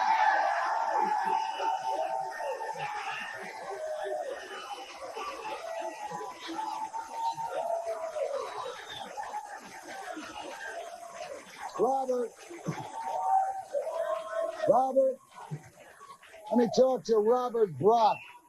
Robert is the president of Self-Determination Committee. Clearly, Robert, these rocket scientists lost a few tiles during re-entry. I understand you want to start a separate black state. Is that any less racist than he is? No, I didn't say anything about I wanted to start. Let me hear his microphone, please. Go ahead, sir. I didn't say anything about I wanted to start a separate black state. May I hear this microphone, please? Now. Go ahead. Oh, okay. I didn't say anything about I wanted to start a separate black state. All that I'm concerned with here is that blacks, including the one in this room, receive reparations for 246 years of chattel slavery.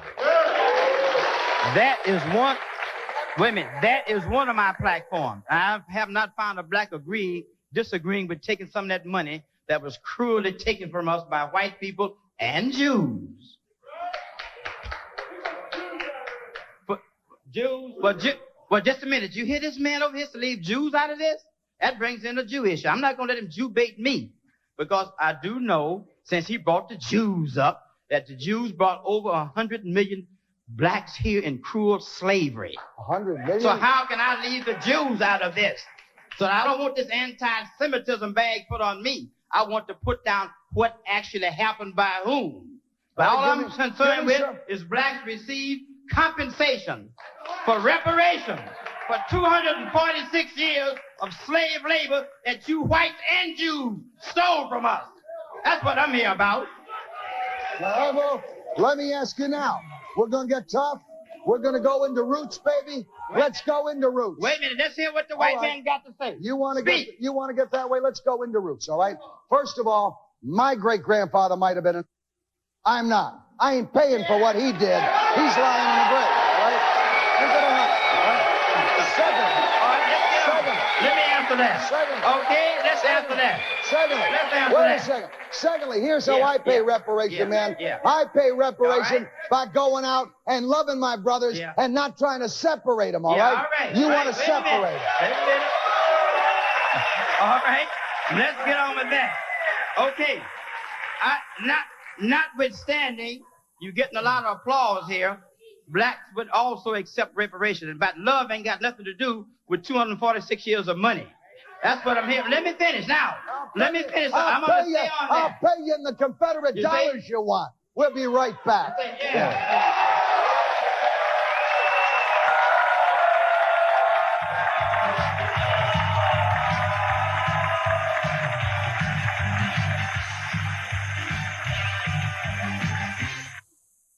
Downey Jr. Show, furnished by Quality Limousine Service. When in New Jersey, call 201-785-9071.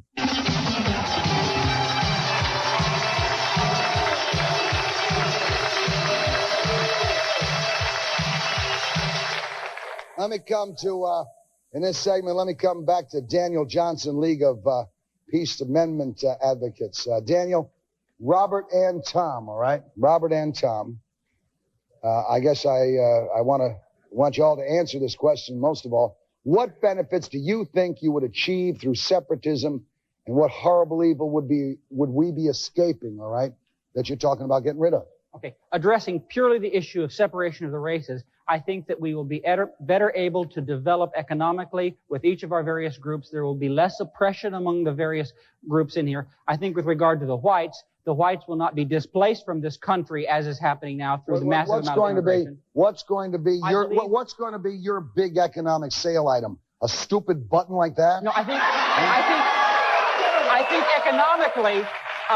economically, the whites will suffer to an extent because they can no longer rely on the cheap labor from South and Central America, nor taking advantage of the labor of the black communities here. And so we may end up paying more for a head of lettuce, but I think it's important for the advancement of everyone. I think the third world can develop by having people return to their ancestral homeland to help develop a countries in Africa, the likes of which that continent has never seen. This is their homeland, baby. Who's going to decide who gets what part of the country? You? Malcolm X said... Who's going to decide? I asked you a question. No, it will be done by the legislatures. The legislatures? Yeah. The legislatures, which are controlled by whites, right? I want to talk about reparations. You can talk about reparations. Let me hear some answers from this man who obviously has fewer brains than he has beard. Okay, the legal structure would be that, first of all, the amendment would become law. And that was done through the amendment process. Once the amendment becomes law, then it would be enforced together by the states and the federal government.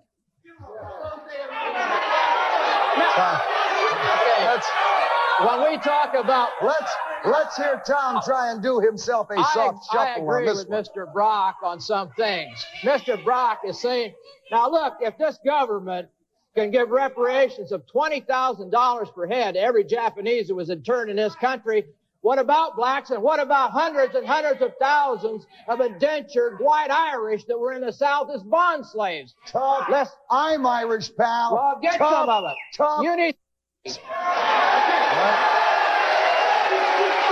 John, you see, this is the trick.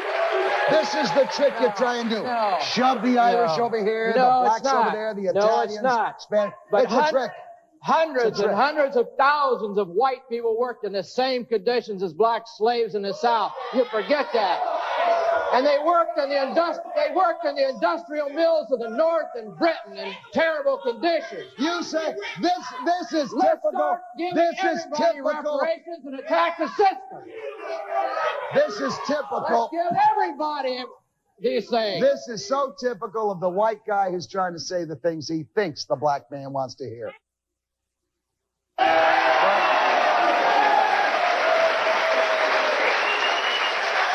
Mr. Brock, what was the question again? The question is there any other way? Let's talk about it. If we were going to pay reparations, all right? Right. How do you really set an amount on the human misery that was visited on a race of people for dozens of generations? How do you set an amount, all right? We can say if you can pay the Japanese for $20,000. I'm against that, too. It was done, but I was against it. First of all, we'll take half of that 100 million you make and leave it in Harlem. 100 million I make? Baby, when I make it, I'll leave it in Harlem myself. You, Morton Downey. The 100 million that your radio station makes. When I make it, baby, I'll leave it at the baby grand. You ain't dipping into my pockets, Pop. You're not dipping into my pockets.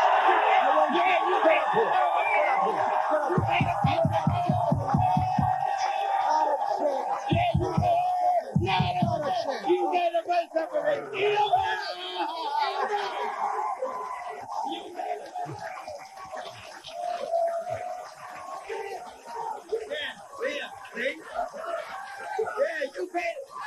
Morton Downey, you pay the first reparation.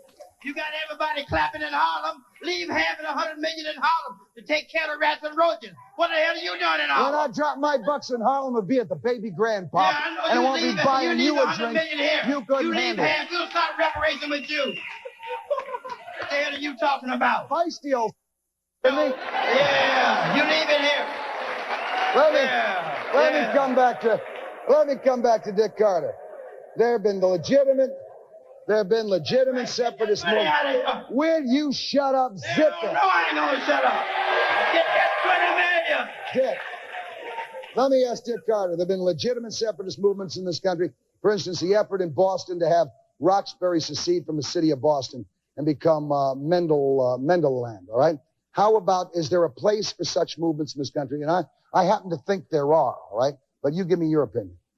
Well, I think the gentleman's idea about reparations is interesting. I have to say that. I hadn't thought about monetary reparations, but it is food for thought. Regarding the separatist movement, though, I'm a little familiar with the Roxbury situation, and the city of Boston is probably the most segregated city in the United States, which you probably know.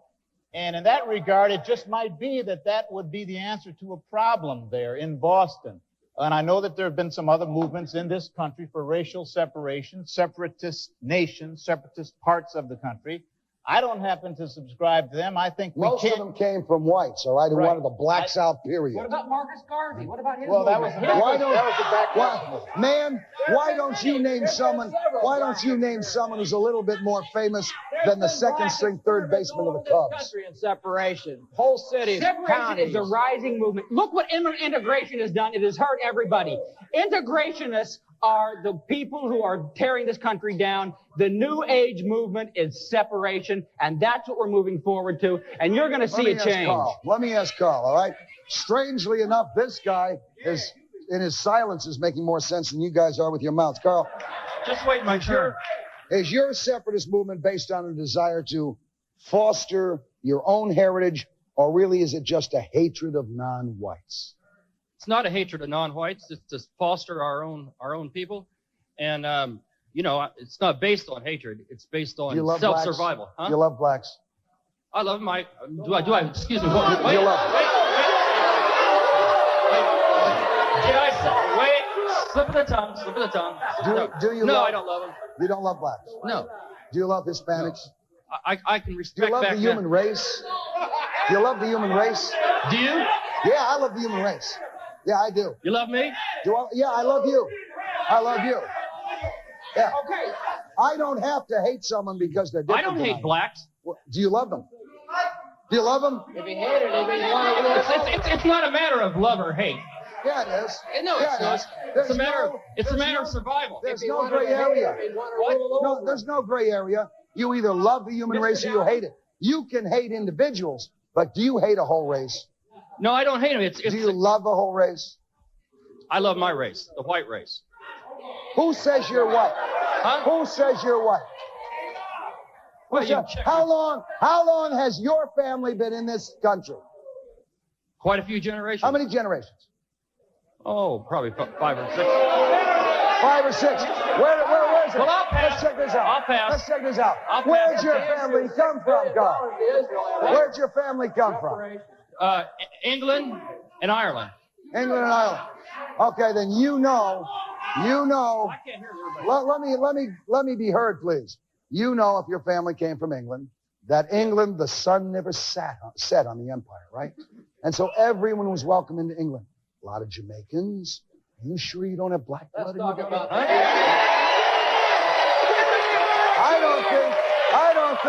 I don't think you qualify. I don't think you qualify. One issue that we haven't addressed that I think will fall on deaf ears here is that in the 1960s, America was basically 90% white and 10% black. There were a few other minorities. Now that we are seeing such drastic demographic changes that soon white America will cease to exist. We will be overrun by other peoples. We must take measures to preserve that.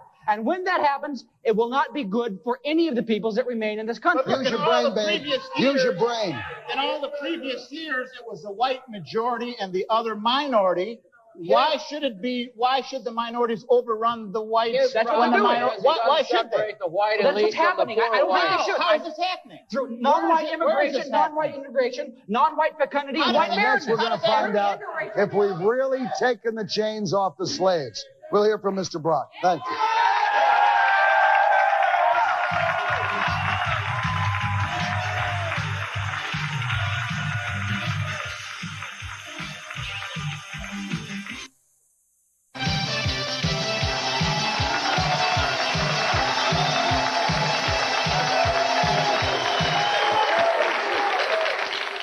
Robert Brock is still with us, one of the loudmouths. Robert, let me ask you a question. You have a rather interesting theory regarding slavery and reparations. Would you explain it completely to our audience? Here's what it is. On January the 26th, Get closer to the microphone. Okay. On January the 26th of this year, 1988, our organization filed in federal court in L.A. disclaiming the entire U.S. Constitution as having effect over blacks, disclaiming entire U.S. citizenship for all blacks. The judge refused to answer the question, and that thereby exhausted all legal remedies. What we are saying, blacks have never acceded to the U.S. Constitution because the Constitution that enslaves you cannot free you. Therefore, the question then remains, are blacks citizens by their own choice? Are they slaves and still being called citizens? That's the issue. Therefore, we maintain, and we can push it forward now, that no blacks are subject to the draft, that no blacks are subject to the United States government if they want to enforce that right. What'd you say? Let's hear it. Now, when you say go to Russia, this white boy over here said go to Russia. You see, let me tell you something, Mr. Brock. Yeah. You get pissed as hell if someone called you a black boy. Well, so that's all I ever been called. Not by people with brains. Wait a minute. Not by people with brains you haven't been called. No, I'm not worried about that boy thing. Whatever I call you, that's what you are if you enslaved me for 246 years. That's what you think I am, pal. Well, that's what you are. A slave master. That's what you are. I don't accede That's what you are. A slave master. What?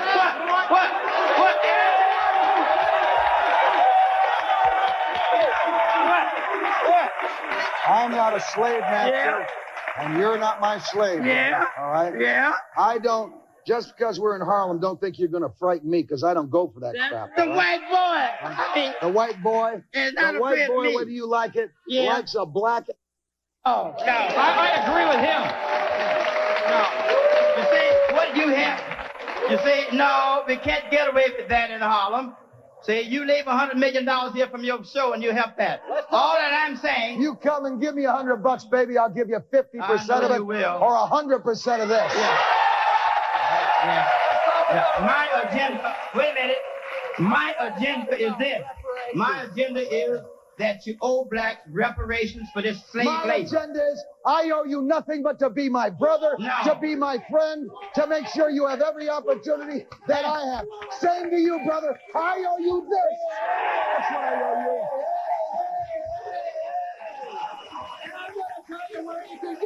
I respect this man right here. I'm going to tell you where you can get the reparations. This man's telling the truth.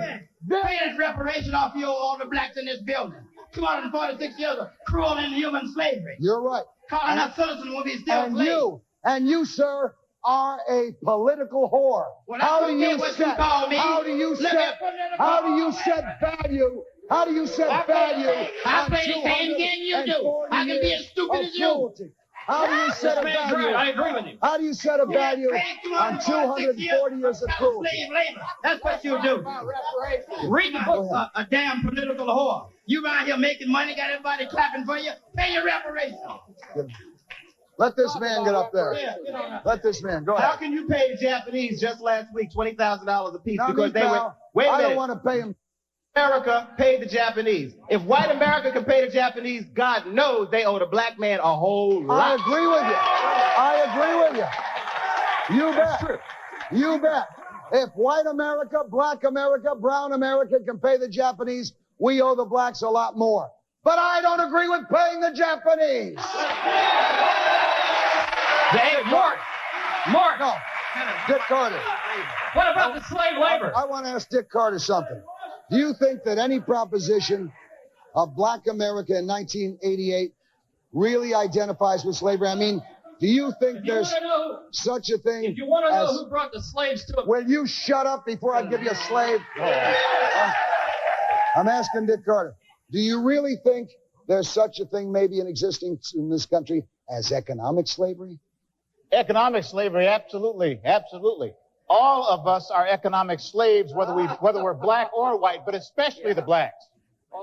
Especially the blacks. You shut up. You got your nose in the trough. The whole thing here is I didn't always have my nose in the trough. I came up the hard way. We're here in Harlem, in the middle of Harlem Week, but did you look outside on the street? You live in Harlem? Did you see the condition of the street? Economics is what we ought to be all about. Now, I'm not so sure that I agree with the monetary reparation, although it's interesting. What I'd certainly like to see, is all of us, all of the minorities, especially in this room, getting a chance to get some good jobs so that we can make some good money and stop being kicked in the ass when we walk in the employment office, stop being last hired and first fired, and stop being denied chances to live in scumbag towns like Yonkers, New York, that nobody would want to live in anyway. You know, we forget. Let's remember we want $100 billion from Israel. For all the money we poured into Israel. That's good reparation money. Bring it back. I'd absolutely give it to those white people who are in the cycle of poverty too, pal. Who rents these hotels and motels to these blacks? The Jews do, the Jewish landlords. One thing that I think we should address, we have a... Hey, pussy face, we'll be back in just a second. Stand by.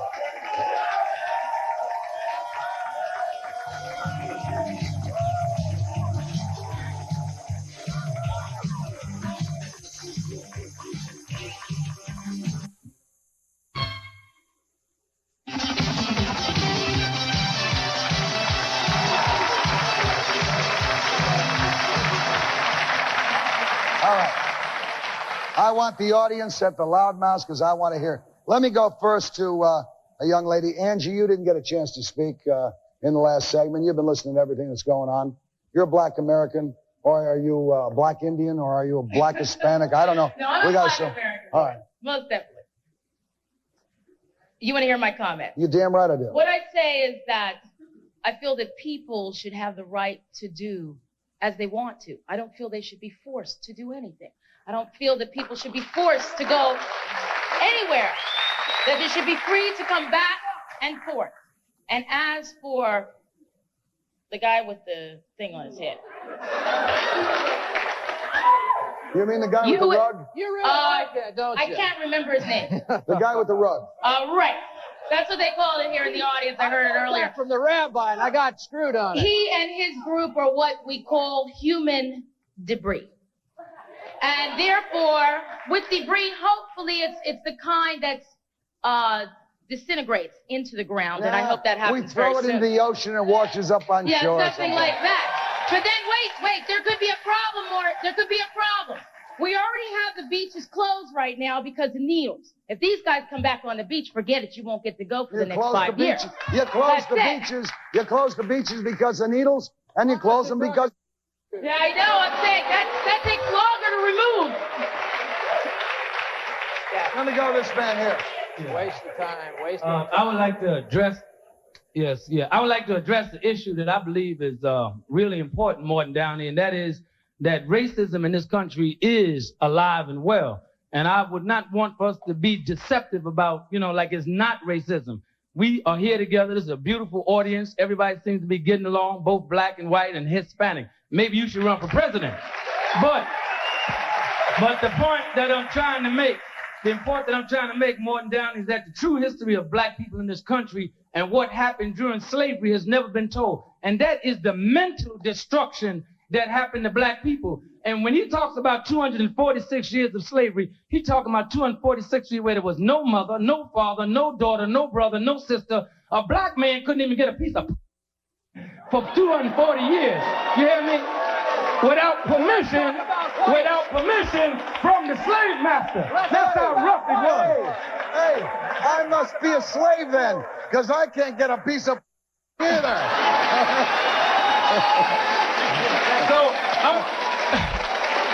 Hold on a second. I'm only saying, wait a minute.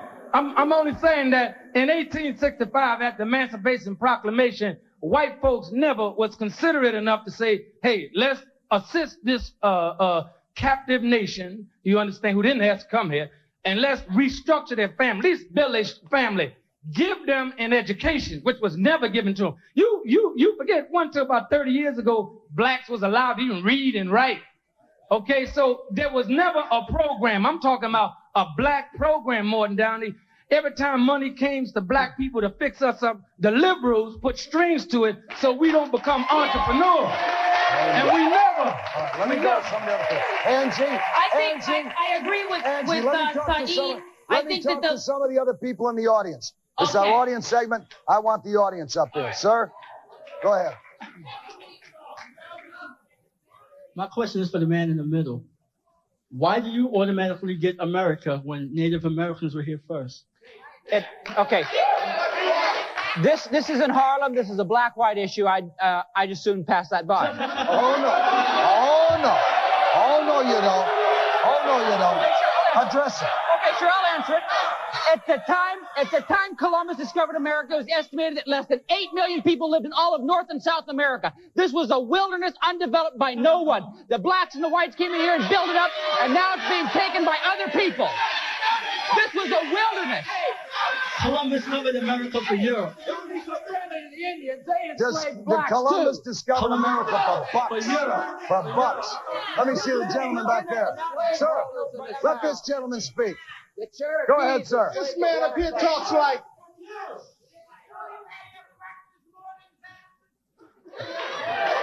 All right. Go ahead, sir. This guy with this round thing on his chest up here, he talks like America was a clean styrofoam cup. Man, America was populated by people, and people, all kinds of people, built America. Look, black folks, Orientals, Hispanics, all kinds of white folks. And you time to wake up and smell the coffee, man. You're the one who's got to wake up. Listen to this. I used to have... Listen, you read the history book. I came here with a history book that was written by some perverted old white man. Wake up! Wake up! I came here having... When he gets awake, stand with us.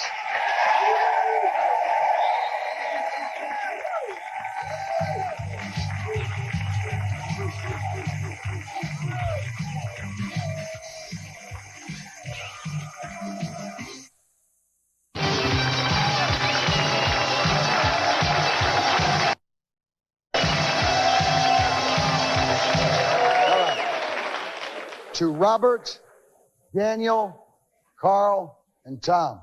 In this order, in 30 seconds, give me one compelling reason why we should pay attention to what you have to say. Start it with Robert. 30 seconds, Robert. Pay attention to what I say about blacks receiving $500,000 each reparation because slave labor was produced for this country and they didn't get any of it. All and right. Blacks should be repatriated. All right. Let me hear next from Daniel. I came here with great expectation, expecting Harlem to be something different. I had an idea that Harlem was truly represented the black community. I can see that Harlem this is nothing but the mindless integration of slop that I've heard for the last 20 years. Well, that's where you I tell you, no, I got a time schedule here. Let me tell you something. This is the guy who says, forget the Indians, all right? Now, while we were talking about setting up separate nations, we set them up for the Indians. They're called reservations. On those reservations, which we generously set up to give the Indian his own nation, all right? There is 60% unemployment, 22% suicide rate, and the highest incidence of alcoholism in the world. This is what he wants for white America and black America. People? What about not being controlled? I want to hear Carl, you got 30 seconds. Me? 30 seconds. Okay, I believe they're in separation for the survival of both races, black and white. All right, and let me go to Tom last. The struggle of hundreds of millions of whites, poor whites in this country, struggle against the same system. The declaration of war was made in November 1984. It's intact. If you want to come to the table, we're waiting, but we're not going to wait very long.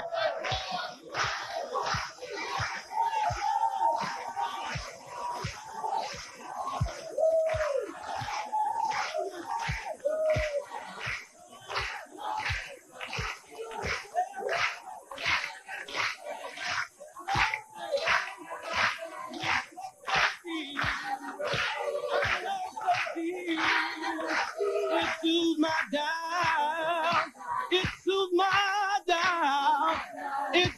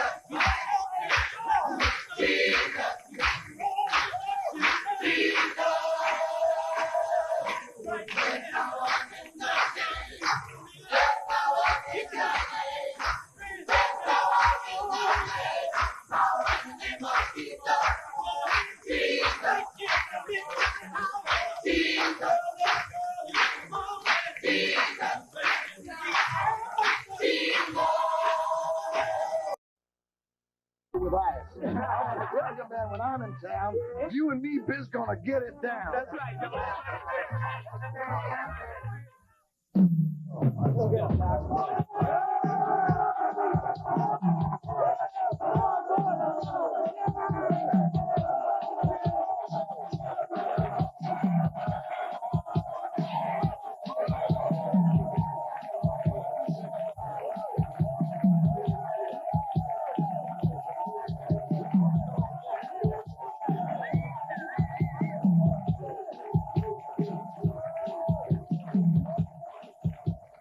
Tonight we're at the Apollo Theater in Harlem to discuss justice, particularly justice for blacks and other minorities.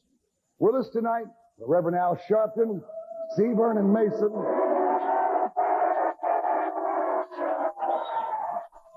two men whose distrust of our judicial system has caused them to withhold the cooperation necessary to pursue the alleged attackers of Tawana Brawley. Are these two modern-day civil rights heroes or shameless self-promoters who would show up at a car wreck if one of the cars was wrecked? Also joining us tonight, we have Professor Dershowitz, whose legal accomplishments include keeping Klaus von Bülow out of the slammer. Well, we've got a lot of questions for the Reverend Al and Mr. Mason tonight. Let's hope that finally, unlike on the Phil Donahue show, they got some answers.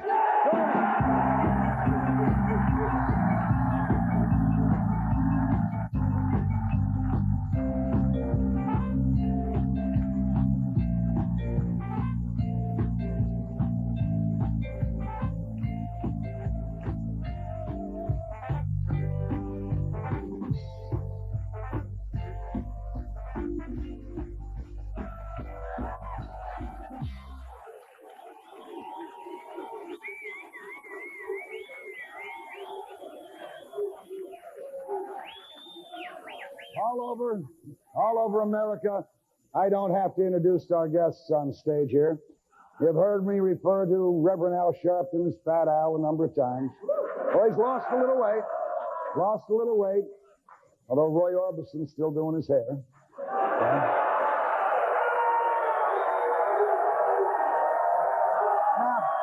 wait a second. You're not going to let me get away with that. You're not going to let me get away with that. You and Secaucus do all this whooping and talking. I even heard you one night when I was not invited tell me to watch my big behind. You in Harlem now, you watch your little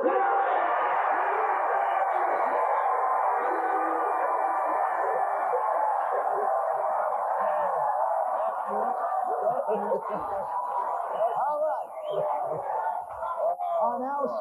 On Reverend Al Sharpton's right, and that is the wrong side for this man to sit on. He should be sitting on the left. You got C. Vernon Mason, who is an attorney and an activist, all right?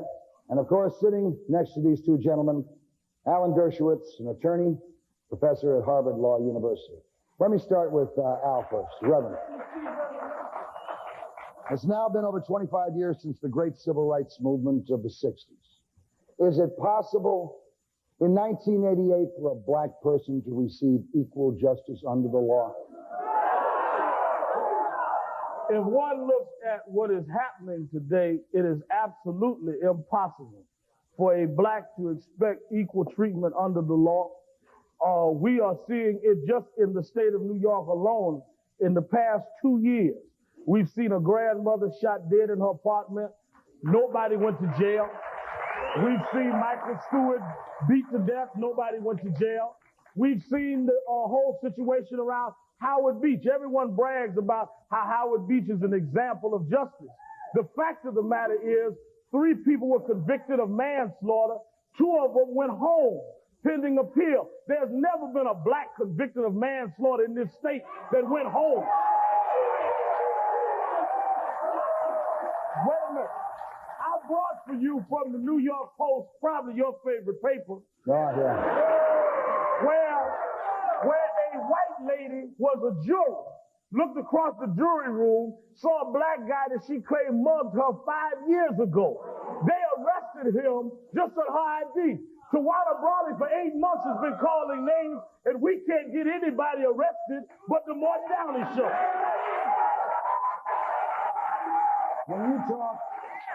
When you talk about inequality of justice for black people, aren't you really also including poor people, poor white people, even middle-class Americans? I think it is easier for people. People are distinguished more easily by race. This is a racist country. They didn't make poor people slaves. They made black people slaves. People are racist. Don't say it's a racist country. People are racist, all right? Because we're allowing other people to make us racist. But the country was built on racism. The country was built on racism. Of course it was. Blacks were slaves. So it had nothing to do with whether you were poor white people were never slaves. Oh, I beg your pardon. Many white people came here as indentured servants. And got free when they got here. We never got free when we got here. If they lived long enough to work their way out of it. No. Now, let me go to Alan. Let me go to Professor Dershowitz. We'll get you in a second, pal. You're in Harlem. Now watch your mouth. Professor Dershowitz, all right?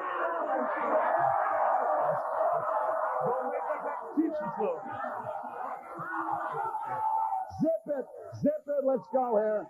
Professor Dershowitz, is there any justice or any question in your mind that there's a double standard of justice in this country, one for whites and one for minorities? It operates in two very distinct ways. First of all, it is not as serious a crime in America today to kill a black person as it is to kill a white person. There's no doubt about that. If you look at the statistics, if you kill a white person in America today, you are 10 times more likely to get the death penalty than if you kill a black person. It's as if we had a statute on the books which made killing a white person first-degree murder and killing a black person manslaughter or property crime. Let me ask you a question. That's the truth. All right, wait a second. Let me ask the good professor a question.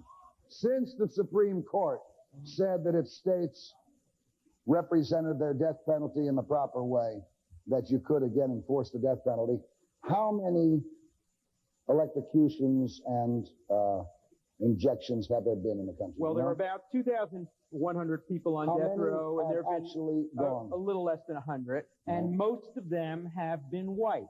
That's what you're leading up to. Now, let me explain why that's the case. There are two reasons.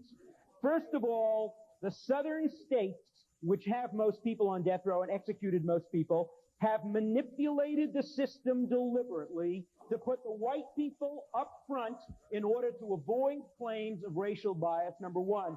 Number two, that's the best.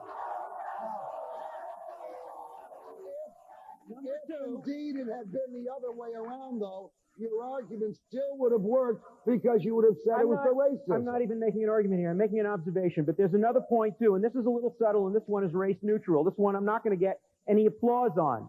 Because it is a more serious crime to kill a white man than to kill a black man in America, inevitably, more white people are sentenced to death now than black people, because more black people are killed by blacks and more whites are killed by whites. And the victim is a more important factor in the discrimination than the perpetuator of the crime. You pablum pukers can take any argument and turn it any way you want. But this is strictly an hypothecation on your part at this time. Oh, no, This is an observation. No. Let me give you You've spoken to the judges. You've spoken to the juries. They've told you that's but let me tell you who I've spoken to. I've certainly spoken to the Attorney General of the state of Georgia, who, when we were together on another show called Nightline, made the following observation. He said, "Oh, no, it isn't true," he said, "that blacks get less justice than white, because you have to understand, when white people are killed," he said, "that's a more violent crime than when black people are killed." The Attorney General told you that? The Attorney General said that on national television. Call for the guy's rear end. Well, I virtually did. Campanis out. He deserved to be thrown out and just I as made well. the comparison there, because that's absolutely right. You know, in the eyes of a white beholder, seeing one of your own killed may seem more violent than seeing somebody who you don't identify with killed. but it's the same human being, it's the same death, and we don't treat it equally. Well, let me come.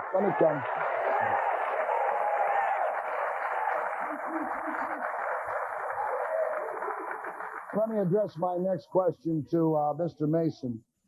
Vernon, as an attorney and officer of the law, how can you defend tactics that include obstruction of justice, unsubstantiated accusations, and total disregard for the grand jury system? And I'm talking about the Tawana Broly case. First Alan, we have not done any of that. As a matter of fact, I think what we have done is in the highest traditions of being ethical. Please let him being talk, moral. man. And I'll talk up. I think what we have done has been in the highest traditions of being moral, being ethical, and being concerned about justice. Now, when you look at a backdrop of what has happened, you asked the question about the last 25 years very, very quickly. We have to start dealing with the fact in this country that for over 250 years it was legal what has happened to our people as slaves in this country. We have to deal with the fact that from 1800s, right after the Civil War, up until Brown versus Du Bois, which was 1954, we had legalized apartheid in America. Now, if you look at the last 25 years, and especially let's focus on New York since this is where we're doing this show. Since I've been practicing law since 1972, for 10 years, 1973 to 1983, I saw one police abuse, one police brutality case, one race hate case after another. No one even was concerned about that. The Post talks about the way they do stuff now. They used to cover this in page 47, always saying, one case I remember up here in Harlem, the police officer's version was he saw 3 black women coming toward him. The combined weight of those 3 black women was 500 pounds. He felt his life was in danger, and he shot one of them down, killing her. Her name was Ruth Alston. Her daughter wanted to go to law school. Those cases just went in and out of the system. Nothing was done. So if we look at all of that, Howard Beach was the first instance. But do you still feel this is going on just as heinously as we sit here? When Alton Matters came up with the model on Howard Beach, the point was for a victim of a crime now, we're not talking about a person charged with a crime. Alton's point was for a victim of a crime who saw a cover-up, that it was that person's duty, if that person saw a cover-up in the making, not to cooperate with that cover-up. I think that's an ethical position. I do not think that it is ethically sound to say that a person should contribute to a cover-up when they're the victim of a crime. Well, let's say you're absolutely right. Let's say you're absolutely right. All right? Let's say, and pardon me, Professor, let's say Mr. Mason is absolutely right, and that you can't trust the grand jury, and that perhaps this particular grand jury, Bob Abrams, right. And Morton, let me just say one point on that. Bob Abrams has never tried a case. He's been working for 22 years. He's never been in court. He's never tried a criminal case. If we wanted to do a show, we would not go to a person who had never done a show. We'd do Morton Downey. That's the same thing that's happened with Bob Abrams. He's never done it before. But the question is, Bob Abrams, I'll accept what you say, but Bob Abrams is the Attorney General of the state of New York, all right? Someone should boot Cuomo in the butt, all right, to get Abrams out of there. But let me ask you a question. If all the things you say are true, and all of these abstract things are happening, why indeed wouldn't you take, and Reverend Sharpton, Tawana Brawley, hold a closed press conference, invite all the press, and let Tawana tell the case right there? Let them tell it.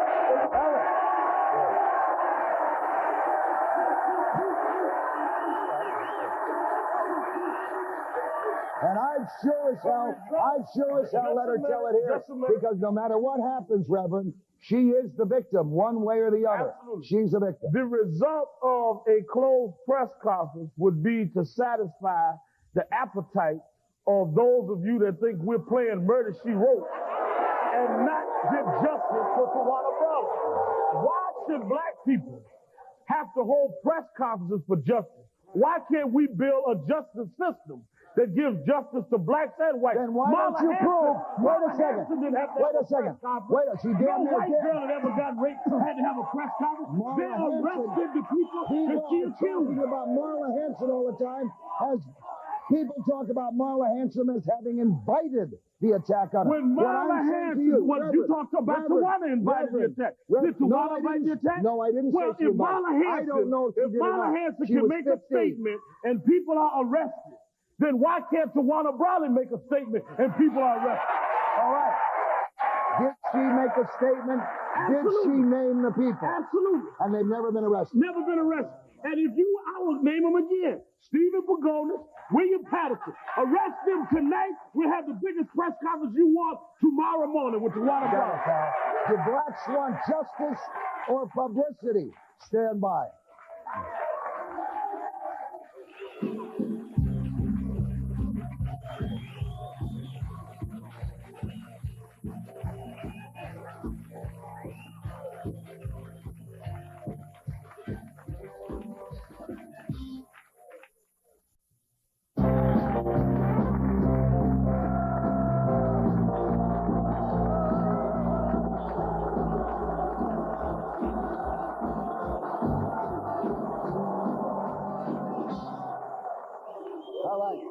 Let me introduce some of the other folks who are joining us right now. Loudmouth 1, we have Bo Dietl, who is a New York City policeman, one of the most highly decorated policemen in the country.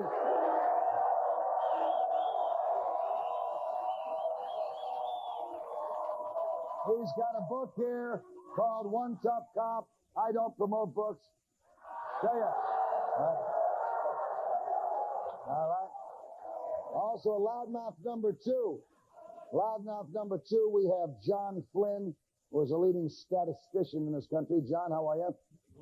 Who's the bodyguard you got with you? Who's the bodyguard? Is that Sam Abity?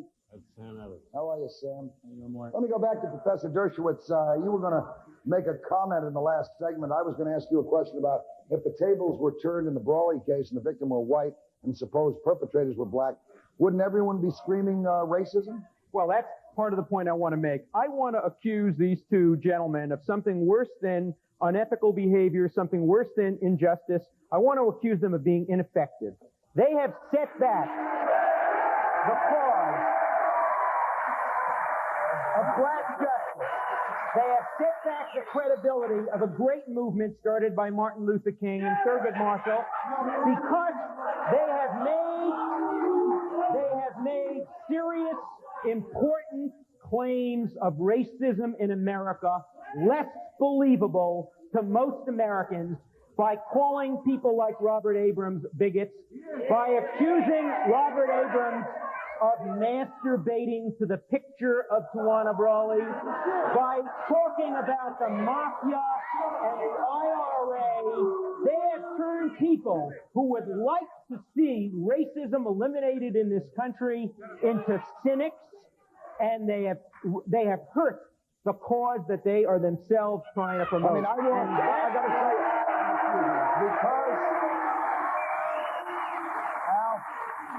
because I've had you on the show a couple of other times, and we basically talked about the Brawley incident once on the show, and I didn't come down harder on you. No, you made it like I had indeed, as I walked into a Los Angeles restaurant, some guy from Wappinger Falls tried to whop me one, all right?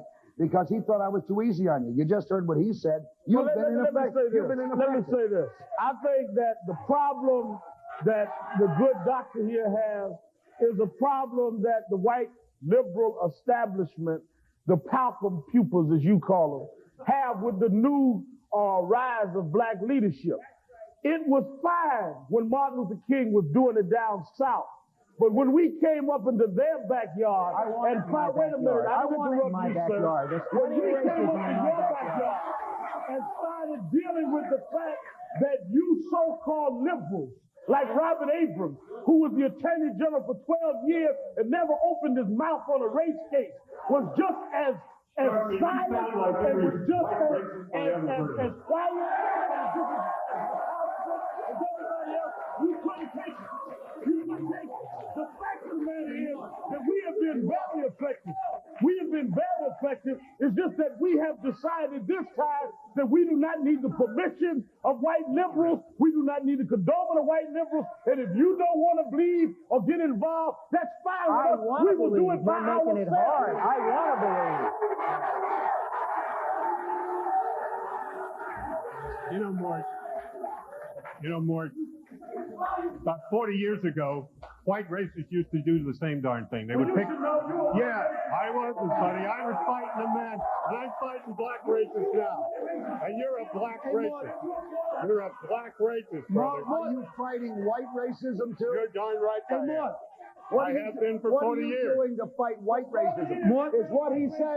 Is what he says about white liberals. If you read my book, I blame racism on white liberals, all right, for all the programs that have never worked. Here's what white racists do. They pick isolated cases of white on black, of black on white violence, and they say that represents widespread All right, well, wait a minute. black on white violence. Do the black people in this audience think that But they never give any numbers.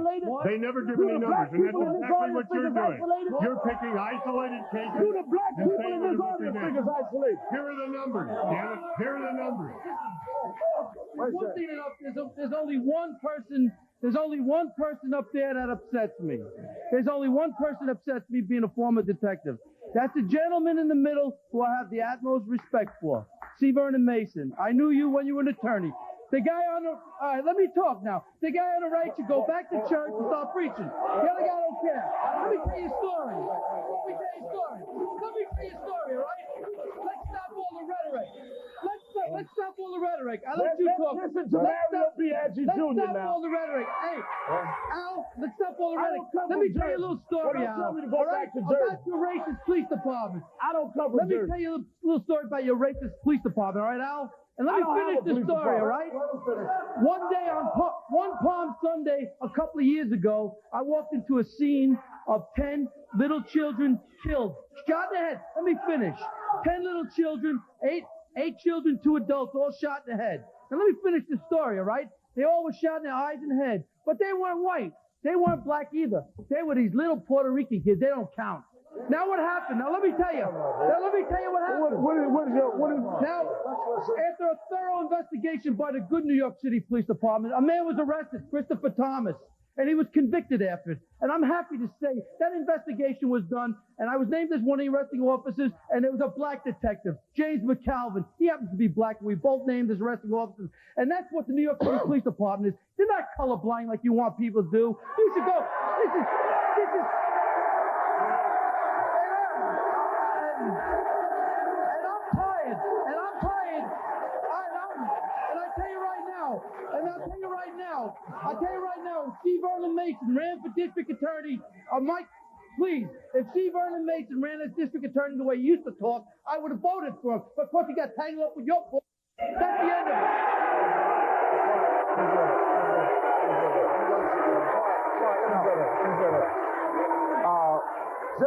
You'll have a shot up there, pal. You'll have a shot up there. Let me say 2 things. One is Reverend Al Sharpton fully is operating in the traditions of Dr. King. Remember now. When did he give his last bit? Wait. Hold the phone. I let you finish. Let me hear Vernon. Fully operating in the traditions of Dr. King. Let us go back. All of the people, just like Alan did, talked about how great Dr. King was. A lot of folks who raise up Dr. King now denounced him when he was around, when he was alive. So let us not just accept all of this as if it is true. Let me ask you a question. Something that we don't like to talk about in this country. He asked you the question, what would have happened if it had been reversed? I can tell you what happened for almost 100 years. When I was down south, what would have happened if a person had even been accused? I had a young friend of mine who was 10 years old who was accused of looking in a white woman's bathroom. They took him out of the field and shot him down. That's the history of America. in some of these cases is dealing with listen. Hopefully, Mr. Mason, hey, Reverend, why weren't you up on Utopia Parkway when that white boy got out? Because they arrested who did it, and the one that hit Michael arrested and convicted the kid Mr. Blum has never been arrested. That's why I wasn't on Utopia Parkway. Why wasn't you in Howard Beach? Why wasn't you in Howard Beach? I live in Howard Beach. Why wasn't you in Howard Beach? I happen to live in Howard Beach. Tell you what, we'll come back and find out. Has black justice died in white hands?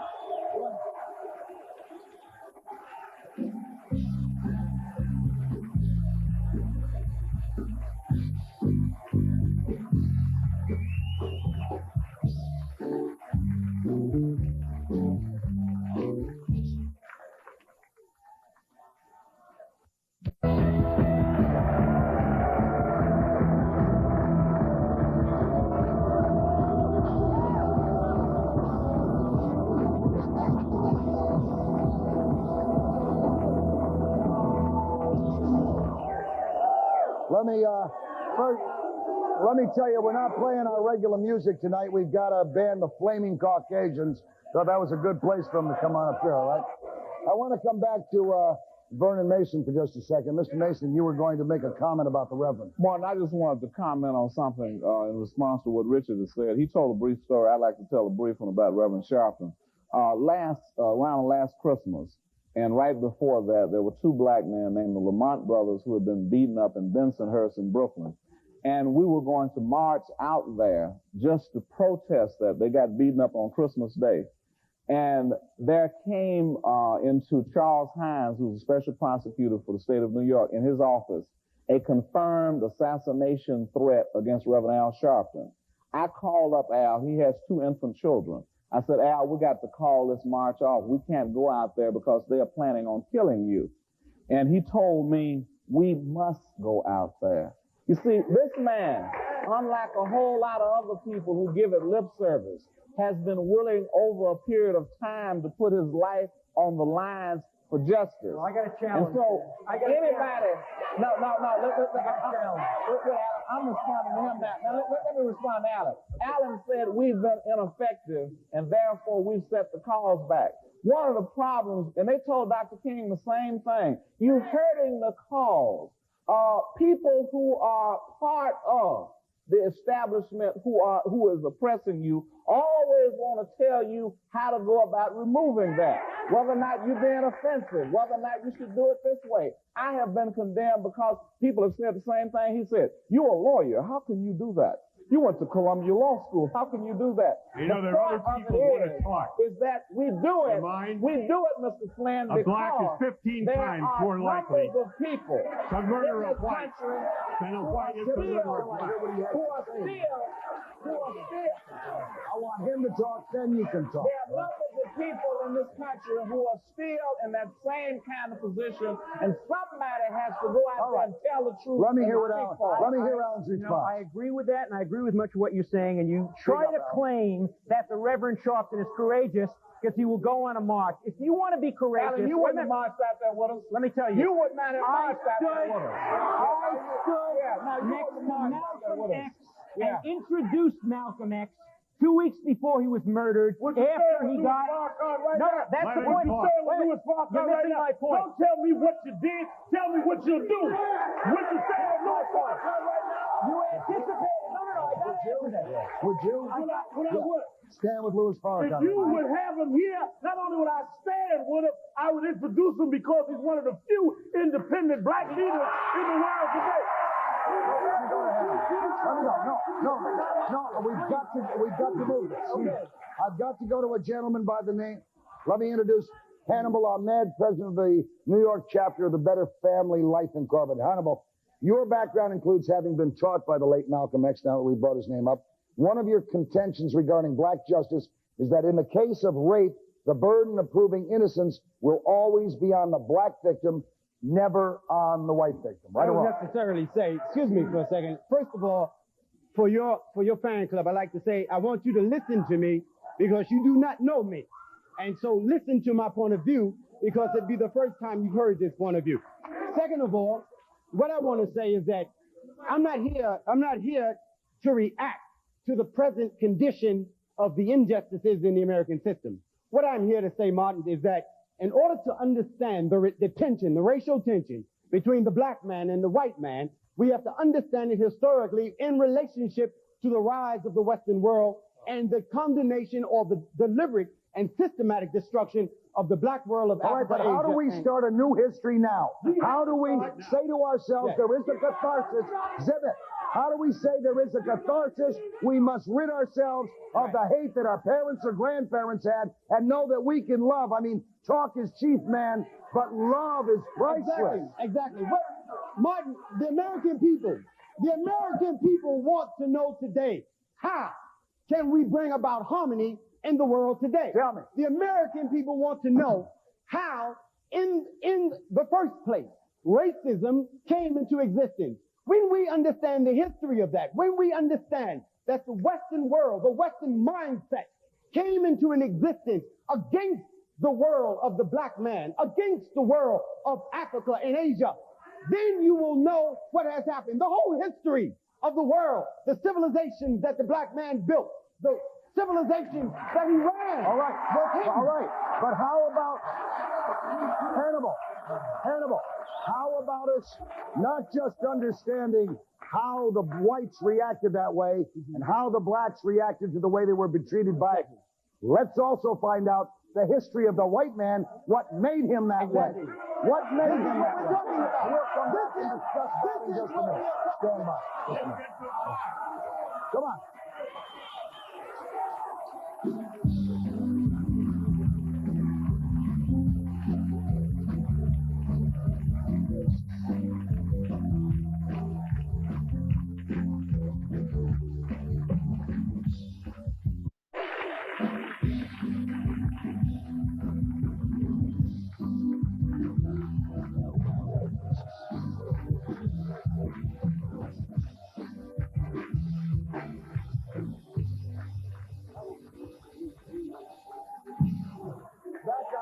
Back on the Louis Farrakhan issue for just 1 second. Alan Dershowitz wanted to respond. Quickly, Alan, because then I want to go to Mr. Abity, I want to go to Mr. Flynn, I want to go to Mr. Hannibal. When I was interrupted, I was starting to challenge the Reverend Sharpton to show that he has real courage by standing up and condemning a black bigot like Louis Farrakhan, who is a racist, an anti-Semite, and a despicable admirer of Adolf Hitler.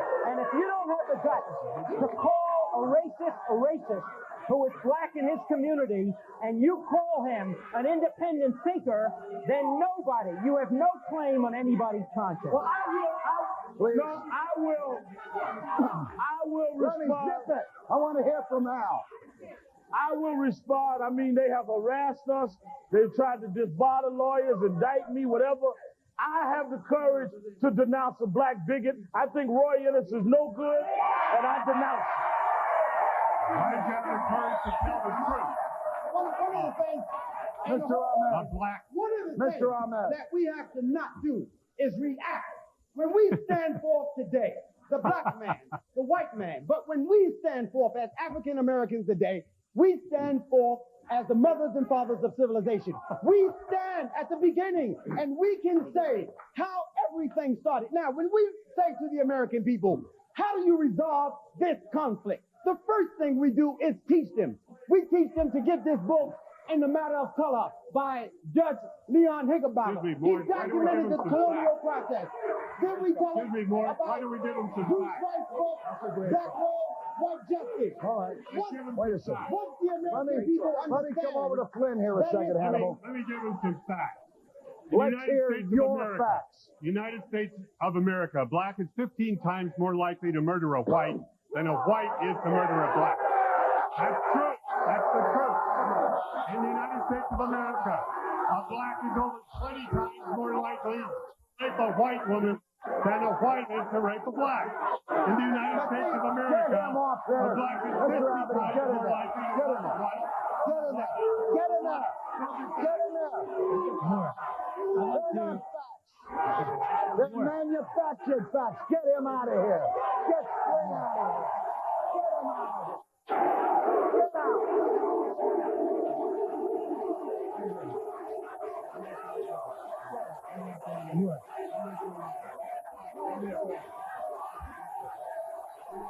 You're going.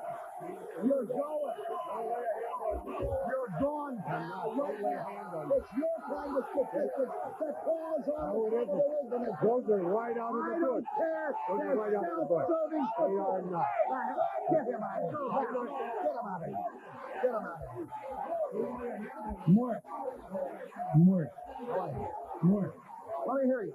I'd like to. No, let me hear it. Mort. Let me hear it. Zip it, please. Zip it. Let's do two things. It's those. Let's do two Sit things. down, please. Sit down, please. Sit down, please. Mort, let's do two It's those kind of statistics, self-serving statistics, that create the problem between all of us. I don't give a damn, Flynn. It's that kind of statistic that creates an inflammatory system among people who want to get together. The media won't let them get together, and like you won't let them.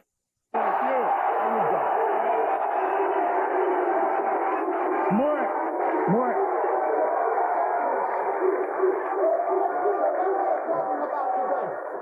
What we are talking about today, as the mother and father of civilization, we are talking about the re-education of the world. Today, we're talking about black folks who constitute technically a majority when you consider them all over the southern hemisphere in Africa, and a minority of white folks. When we recognize that there's more than 120... We ain't living in the hemisphere, though. Exactly. We're living right here. I know, but when we recognize, what I'm saying is that when we recognize that the real issue is an issue of power, a real issue is what mindset is going to have responsibility for global management. When we recognize that we're talking about the global management of a black majority, then the American people will have to recognize that it is time for black Americans, for African Americans, to move up into the highest echelons of power. But do you agree with me? But do you agree with me? Let me ask you a question. No, Mo. Let me ask a question to Mr. Ahmed. Mr. Ahmed, do you agree with me that the black man in this country is fed up with the white man saying, here, let me help you up these steps. You need my help. That's bullshit. A black man can help himself if the obstacles are removed. Exactly. And Martin, I agree with you 100%. As a matter of fact, I was trained by the Honorable Elijah Muhammad to say that the black man and woman must do for themselves. I don't want no one to give me anything that I can give myself. Audience, come to the loudmouth. You're next. Come on.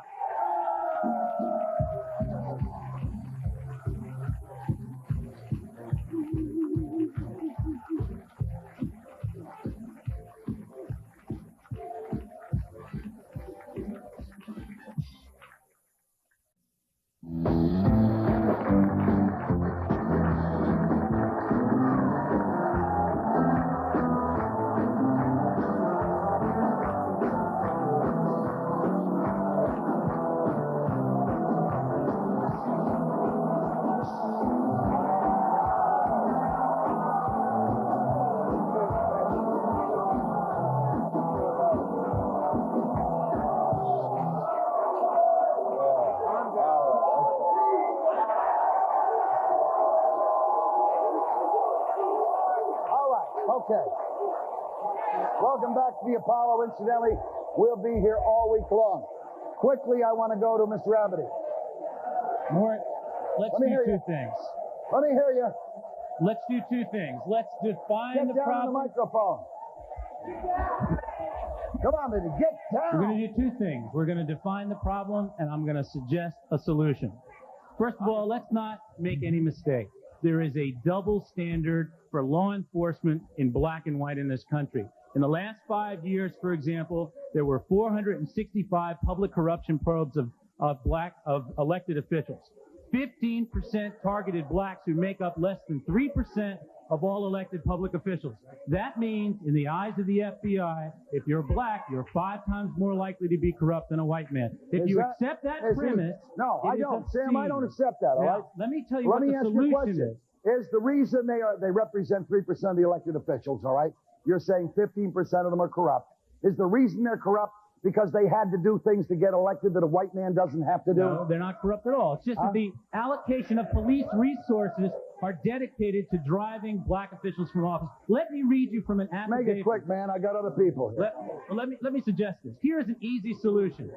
All we need to do in the state of New York is to set up a special unit of the Attorney General's Criminal Enforcement Division for bias or race-related crime. We do it for Medicaid fraud. If we can set up special criminal units, special prosecutors to please doctors, we can certainly set up to protect the black community. I'll tell you what we should do. We've heard these men be called ineffective, all right? And I think to this point they've been somewhat ineffective. But I'll tell you what we should do. We should call for Attorney General Abrams to wash his hands of the Tawana Brawley case, all right? Why should blacks? Because it's been stymied all the way. Why should blacks be at the mercy of local prosecutors from the governor, from the Attorney General? Local prosecutors are politicians. Let the state assembly they are subject to the dynamics of racism. Then you got to have a special unit, ensure the sensitive and correct administration of justice for blacks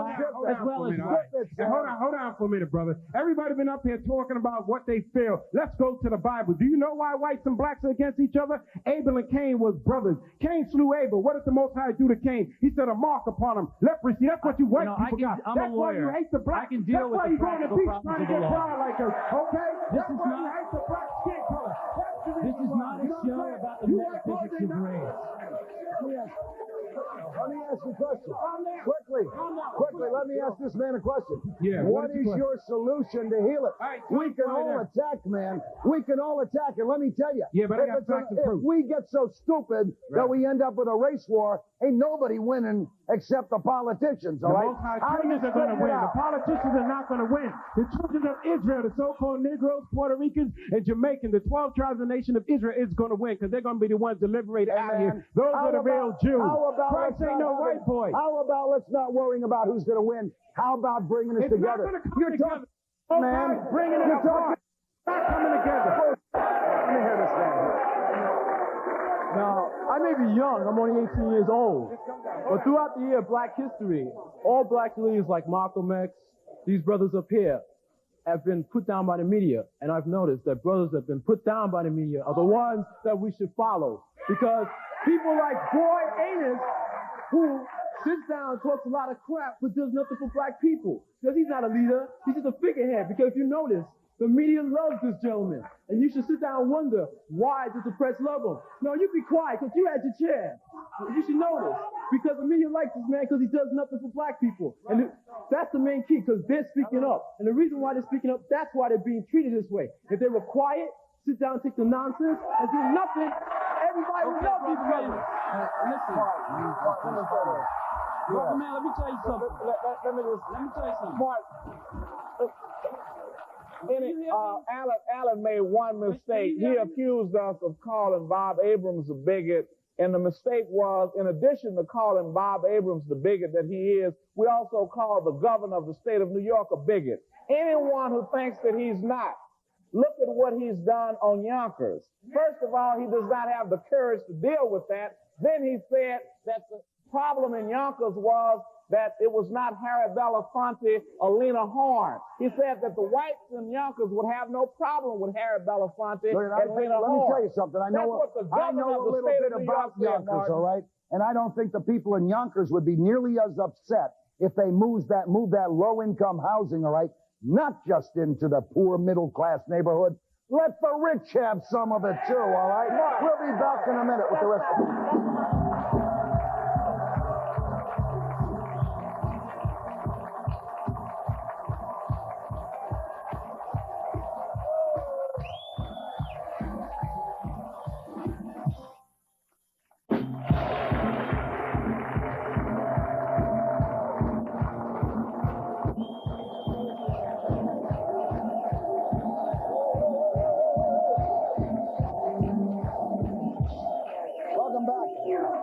Everybody to the Apollo Theater in Harlem. Let me first say that Reverend Sharpton, you said that Roy Innes was a bigot. I'd like to invite you back tomorrow night. to face Roy Innes one-on-one. Would you do that? Right here? Right here. You have Roy Innes here. I'll be here tomorrow night. You'll be here, all right? I want to thank our band, the Flaming Caucasians. September 15th, they'll be at the Philadelphia College of Textiles and Science. Most of all, we're going to do it again tomorrow night. We're going to come up with an answer within a week where we can tell the politicians to kiss my ass. We're going to do it together. Good night, everybody.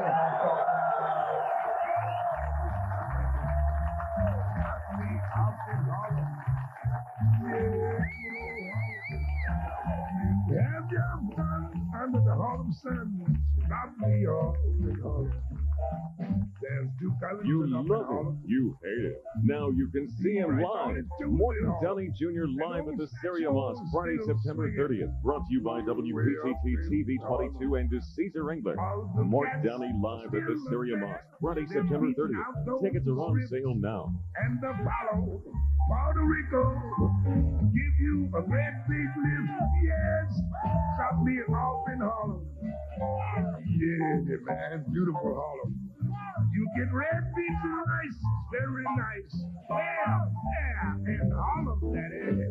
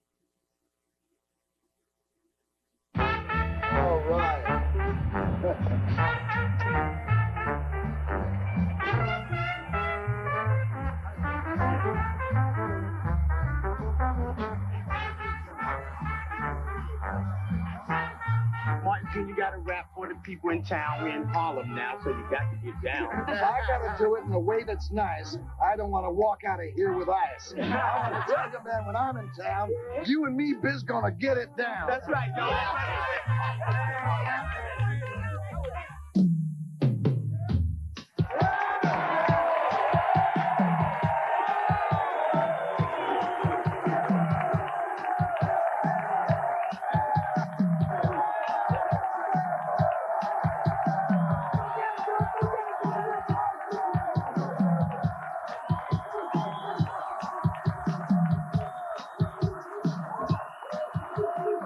You know, our founding fathers came to this country to practice freedom of religion, all right? Remember that.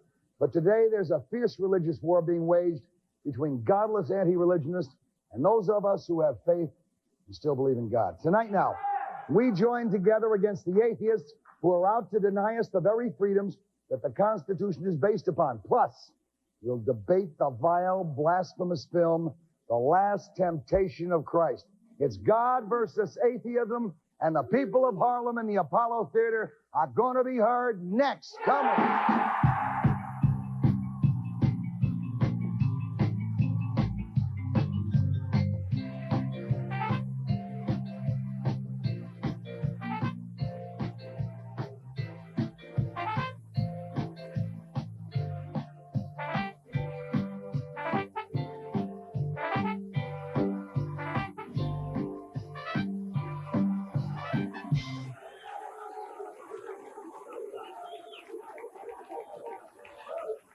Good evening, everybody.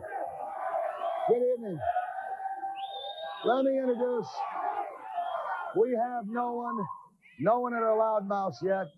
Let me introduce the folks who we have at home base. First, let me introduce Rob Sherman, national spokesman for American Atheists. Rob, how are you tonight? I'm doing well.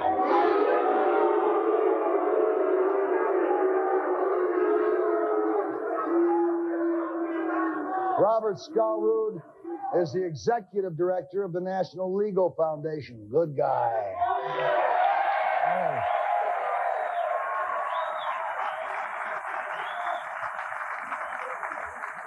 Let's not kid around too long, Rob, all right? Because I want your ass out of here early.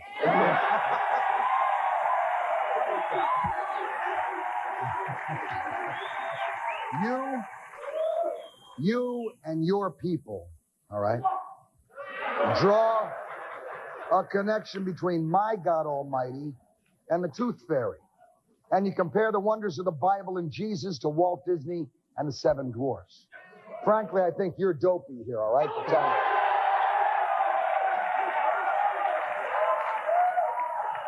I'd laugh, pal, because God still loves you even though you're in...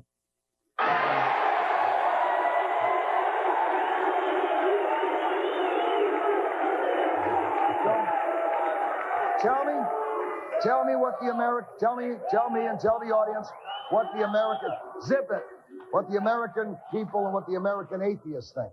American atheists are the true patriots of this country.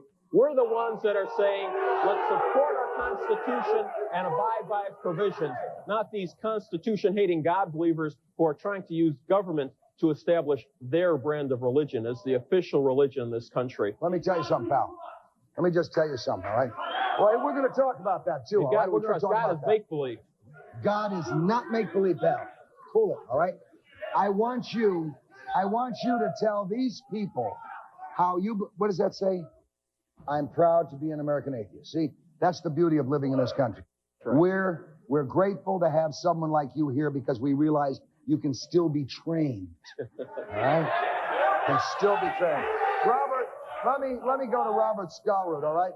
Robert, is this guy a godless whisper in the wind, or is the atheist movement really a threat to the American way of life? Well, the atheists are a threat to the American way of life. Madeleine Murray O'Hair and her son John and people like Rob Sherman and others are a threat. They're trying to drive... I had her son John on my show. Well, all right? John, I called him no good bastard, and he sued me for $500,000.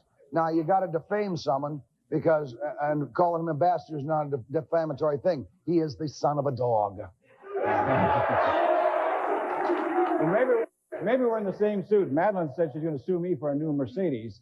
But the atheists are trying to drive out all godless, make America godless. They're trying to drive out Christianity, They've done a good job of Judaism. They've gotten prayer out of the schools, all right?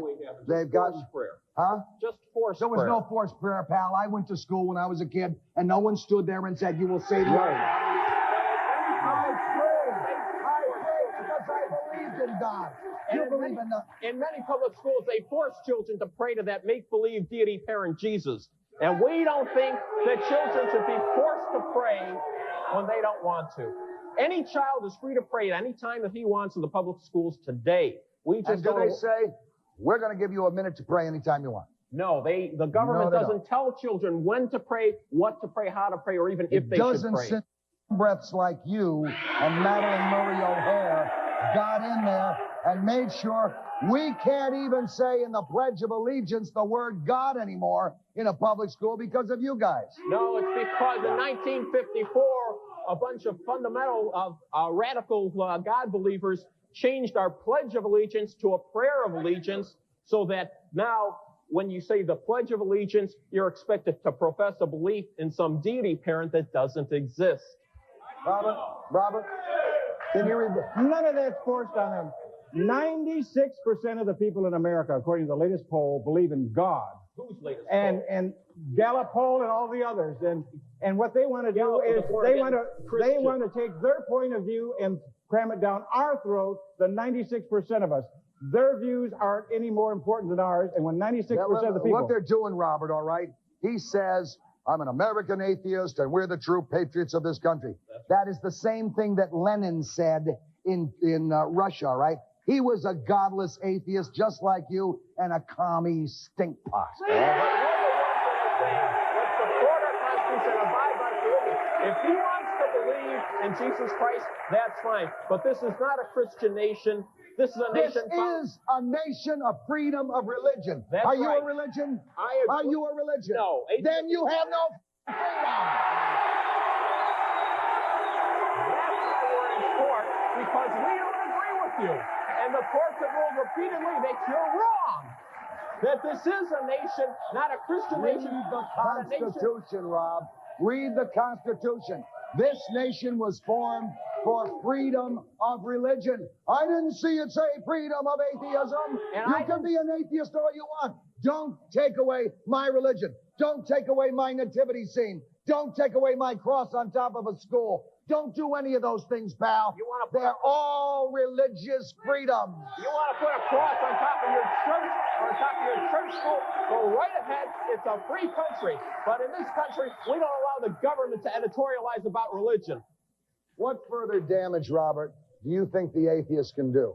They've done a lot of damage. I understand they're getting ready to take "In God We Trust" off the dollar. And we will. We will. In 1953, when I was born, they didn't have that offensive sectarian religious graffiti on our money. And before I go to heaven, Lord, we're going to make sure that's off. You ain't going to heaven, bruh. Sitting through one of your shows, any place I go is going to seem like heaven. Maybe he just professed his faith. They want to take "In God We Trust" off our coins and off our currency. One of the letters that was written to me the other day, a man said that he, over in Italy, a man took out a crumpled dollar bill and he said, America must be a great country because they allow "In God We Trust" on their currency, and it's got to be great. And he said, you people keep it on your currency. Other nations are looking to America as the great hope of the world. It's not on my money. Here's a $20 bill from 1950. There's no "In God We Trust" on here. Only when the religious fanatics got a hold of our money if they put it on there. This one doesn't have. That's 1985. This is 1950. There's no "In God We Trust" on that. Here are a couple of $2 bills. 1953. This one. Wait a second.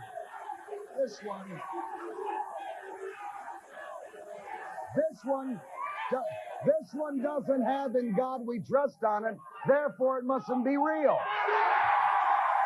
We'll be back in just a second, and we'll see just how far religious persecution goes as we meet a pastor who had to go to court to have the right to pray. Stay with us.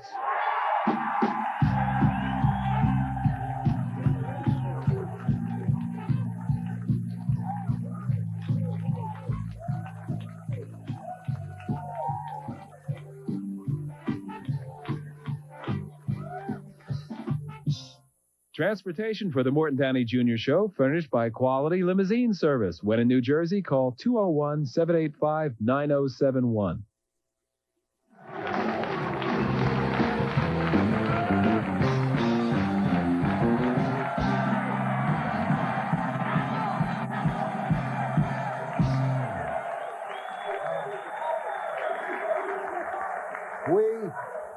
We are joined in this segment by Mr. Stephen Thorne, who is the director of the San Diego chapter of American Atheists. And at Loudmouth number 2, we are joined by Pastor William Parker of the Glory Tabernacle Church.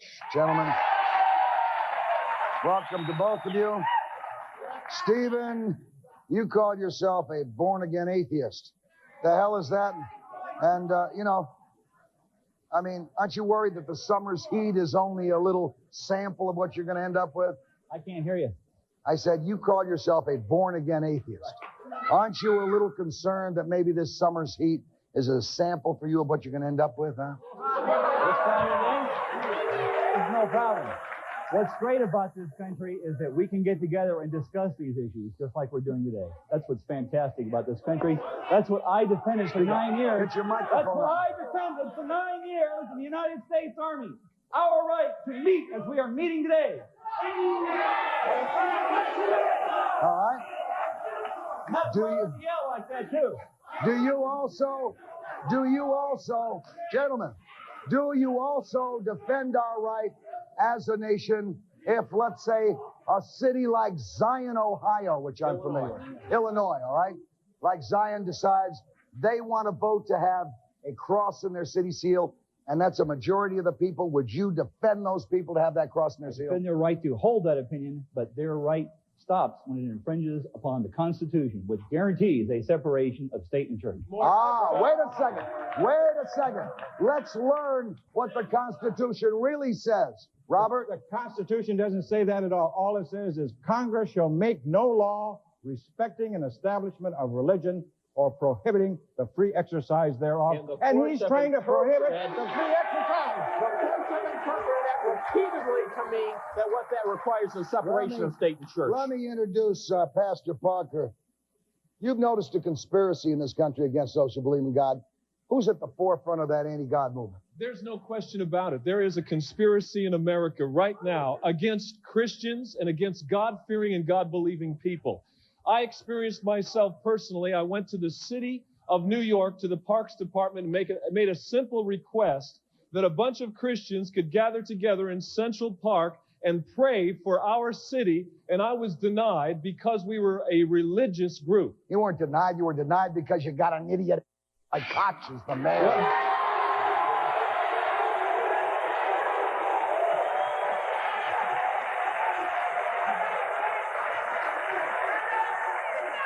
One of the things that they said was that they denied us our permit to go into Central Park and pray because we did not divulge what is the specifics of our prayer.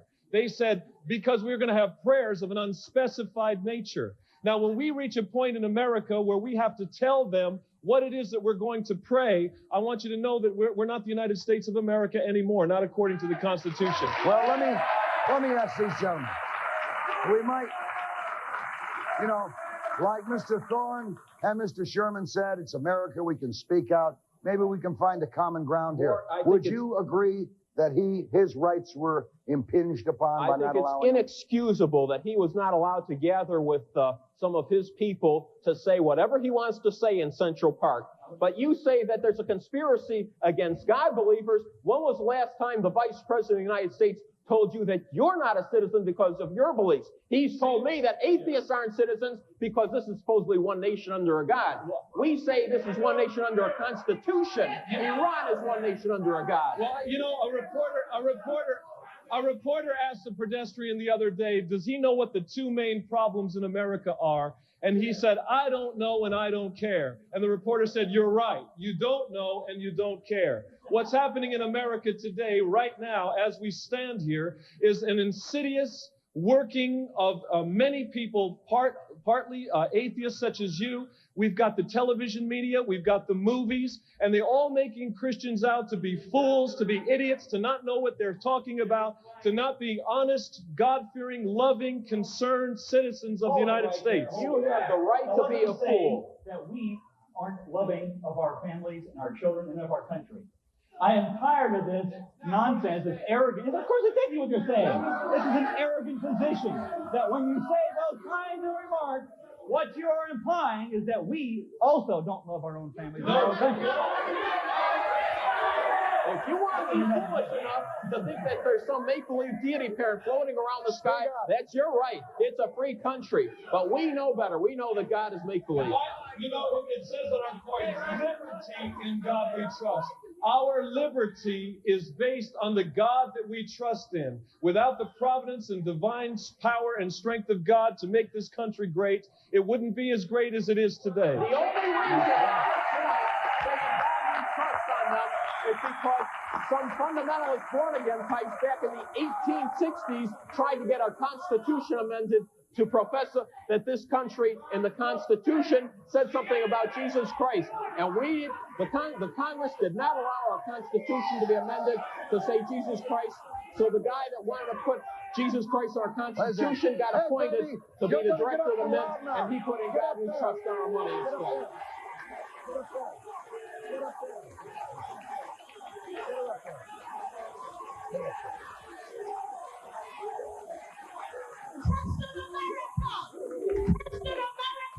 Black people have been on their knees for 400 years in America.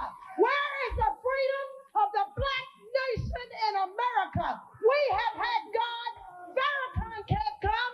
Our black leaders, our Martin Luther King was killed. Where is the freedom for black people in America? We are the prejudice people in this country. How about this? Don't go away. Don't go away. Are you going to blame God, or are you going to blame his own creatures? Man, whether they're white, black, brown, yellow, isn't it us who created the problem, not God? He is mad in his presumptuousness and his lying and the deviousness and the darkness of his own mind that has led us to this perdition. Truly. I got to tell you, stay here with me a second, all right? Stay here with me, because I got to tell you, when we blame God, all right, we're blaming the wrong person, pal. Right. You might talk about the lion, but the lion goes on both sides. True. And until both sides can come together, then the lies are going to continue.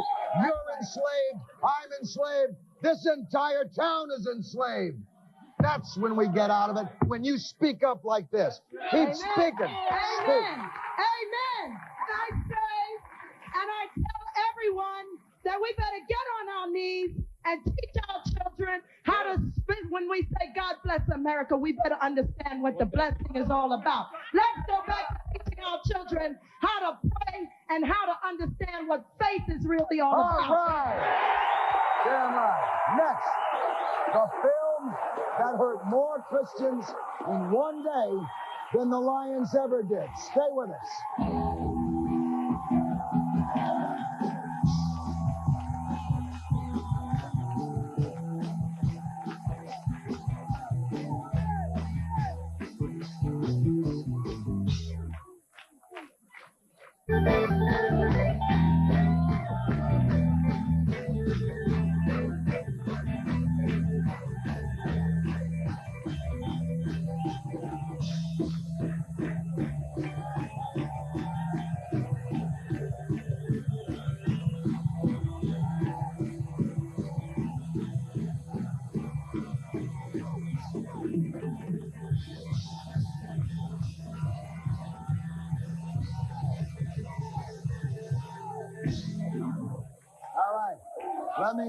Let me welcome a new guest to our home base area and remind you that we're coming from the beautiful Apollo Theater in the heart of America, baby, Harlem, USA.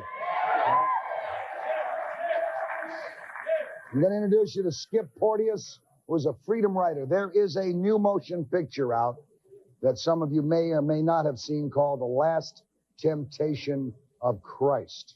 Skip, you say that, and we'll tell you what some of the quotes are from that motion picture in just a minute. Skip, you say that Jesus in this movie is one that we can all relate to. Don't you think most people do just fine relating to Jesus as we already know him, as opposed to a lust-filled, crazed man as depicted in this film? And this guy's more like Jimmy Carter than he is Jesus. Or Jimmy Swaggart, huh? No, or Jimmy Swaggart, or right? Jimmy Swaggart. That's right. I think that folks in this audience have read the Bible a little bit, and the Bible says that Jesus was tempted in every manner as we are, yet without sin. So don't tell me he didn't have lust in his heart like Jimmy Carter did. No, because lust can be a sin itself. Okay. All right? Lust can be a sin. You who are apparently so religious ought to know that. Lust can be a sin if it's fulfilled, but lust does not have to be fulfilled to be a sin. If Jesus wasn't tempted in every manner as we are, if you're a Christian and believe in him, then what good is it that he died for your sins? But see, the movie depicts Jesus as a man who died. But the point is about this movie, and Americans need to know this, that the opposition to this film is because the TV evangelists have suffered from 2 years of scandals, and they found a great way to raise a lot of money from this movie. And that's the reason that the opposition. I have right here. You're saying that the reason for the opposition to this film is because the TV evangelists are going to raise money by getting people to go against the film? Exactly. It's right a lot here. of horse crap. No. Did they play the money for the film? Did the TV evangelists make the film? Did they produce it? Did they have anything to do with producing it? They're living off Did they have anything to produce it? They did not produce it. They produced You're right. So you're a liar. You're a liar. It never even went over. Let me introduce you to Dr. Richard Lee of the Rehoboth Baptist Church. Dr. Lee, question. You agree with our great religious scholar here, Skip? Name of one of the disciples, undoubtedly. All right?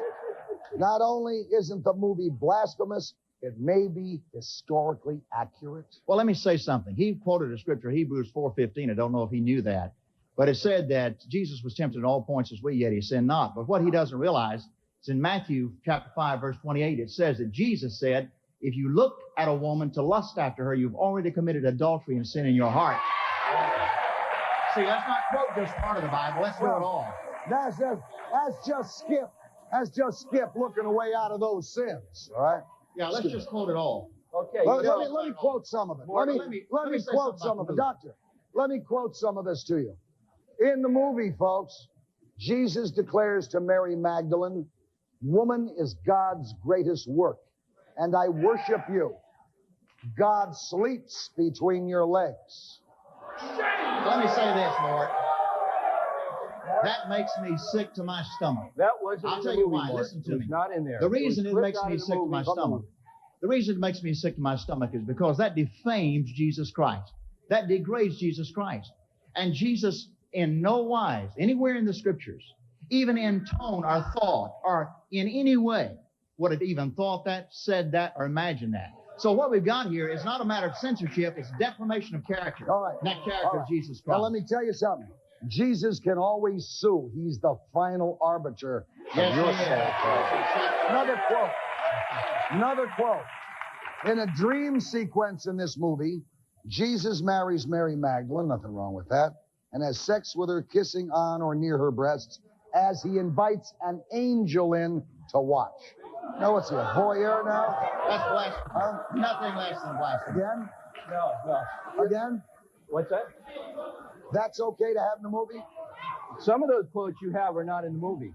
These are all in the movie. No, they're not. These are all in the movie. No. I viewed the movie. The one These with are all God, in the movie. one that God sleeps between your legs is not in the movie. No, One Mark, scene shows. I want to say something all right, to one Dick scene here. shows copulating snakes. All right, one of which speaks to Jesus and Mary Hey, Magdalene's snakes do voice. it too, you know. Snakes do it too. Yes, That's the result of a perverted mind. Yeah. That's a sick mind. In this movie, to show you how historically accurate it is, Jesus convinces Judas to betray him. But Nort, one thing that really bothers me about this film, here we have a pastor from Atlanta, Georgia. I've been reading up on Atlanta, Georgia. We have lots of problems of racism down there in the police department. Don't get into that. No, don't try to get off the subject. Ku Klux Klan. He You want wants to get in the Bible? Let's He get in the wants to Bible. get off it. He wants No, to no. get off of. This He is wants to part get of the off problem. Atlanta, which Yeah. has had 2 black mayors, and this city, which hasn't elected one. Yeah, right. Why don't we talk Bible? You want to talk Bible? The issue is you are going out around Atlanta with a petition getting people to not to see this film, to boycott Well, listen, theaters, let me tell you and about you've that got some real problems in your city. And I called your church the other day to see how many people you had. 7,100 people in your church in Atlanta. I said, how many black people do you have in the church? And the lady couldn't think of any. And now you're up here in Harlem protesting this movie. Listen to me. Our So church what? is an open church. I'll tell you, can I be frank with you? The black people probably wouldn't want to come to our church. They'd think it was dead. They want to go someplace alive. But they're welcome in our church. But let me say something about that petition. Let me tell you what I did. 3 weeks ago, Mort, I read this and it made my stomach sick. So I said, why don't we find out how many people in Atlanta, Georgia, really this makes sick? They would sign a petition. Here's what we did. We took 2 full pages in the Atlanta Journal saying, here's what the movie says. Here's what you can do about it. Sign this petition. And tonight, I'm on my way tomorrow to Universal Studios in Hollywood with 120,000 signatures. But you know what you did? 120,000. But you know what you did? Let me tell you something. I would never deny anyone their right to see the film. That's right. If they want to see the film. Come down, pal. I can't hear your big mouth up there. Come down here. Come down here. Come down. Come down. Come on. Come on. Come on down. Get him down.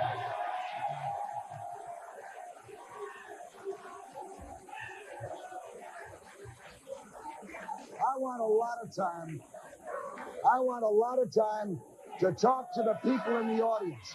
So we're going to take a break, all right? We'll meet the angriest protester of all.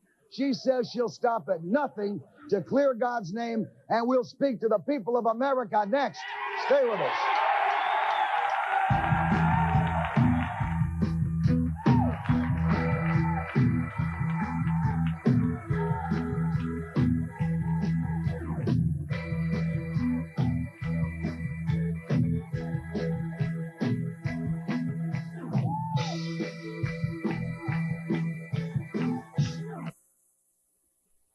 You know, I don't always have the last word. There's plenty to say tonight.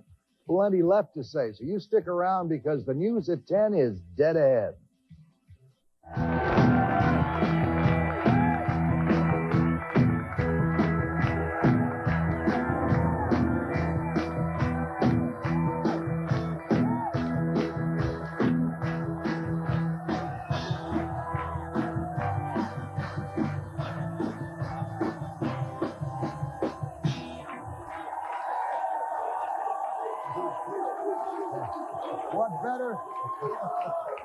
what better name for a band here at the Apollo in Harlem than the Flaming Caucasians, huh? This gentleman was calling from the balcony. He is down on the loudmouth. Go ahead, sir. From the time this show started, it's been going from one subject to another. All I want to say is this. There's only one God, and that's that man up there. One God. And he's the only one that we have to answer to is him up there. That is the God up there. There's no other God. I don't care about what he says, and he says. There's only one God. That's him up there. We all have two eyes. We breathe the same breath. We talk the same language. Let me ask you something. Is your God big enough, like my God is, to defend himself against a movie that Hollywood makes? Excuse me? My God is big enough to defend himself against any movie Hollywood makes. Is yours big enough to defend himself? Mine is greater. He's greater. There's one. He's greater. One, right? He's only one. There's only one. I keep telling you. You're not listening to me. There's one. Up there. Up there. Only one. These things together. All of a sudden,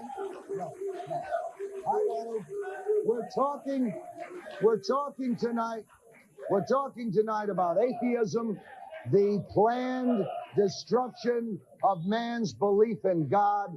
Let me introduce our youngest guest. She's 15 years old. Her name is Mary Donovan, and she's a damn good activist. Hi, Mary. All right, pal. Mary, like Dr. Lee, you have begun a petition drive against this filth that he likes, all right? When you heard about the content of this film, how'd you feel? I was mad as hell, Mort. We're not taking this. I mean, the first thing I thought to do was get a petition together, and now me, my family, my friends, we're all petitioning. And we'll do whatever we take to defend our Lord's name. What do you plan to do to defend and show your love for God? Show my love for God? Yeah. I'll defend his name. Don't read it, Mary. Tell me from your heart. I don't want to know what's on a piece of paper. I want to know what comes from here. I love Jesus. That's my God. I don't want you dragging his name through the mud. You have no right to do that. I can make the movie, you know. Hey, I think you going out and picketing movie theaters makes as much sense. You going out and picketing movie theaters makes as much sense as these guys going out and trying to drive a Christian bookstore out of town. I defend your right to do it, but it doesn't make any sense. Let me ask Stephen Thorne. Stephen, you stated that Christianity is a crazy idea. Do you think these people are crazy for trying to keep the last temptation of Christ out of their local theaters? No, I think it's their right to do so, but it's a free enterprise system. Hey, I'll yell if I have to.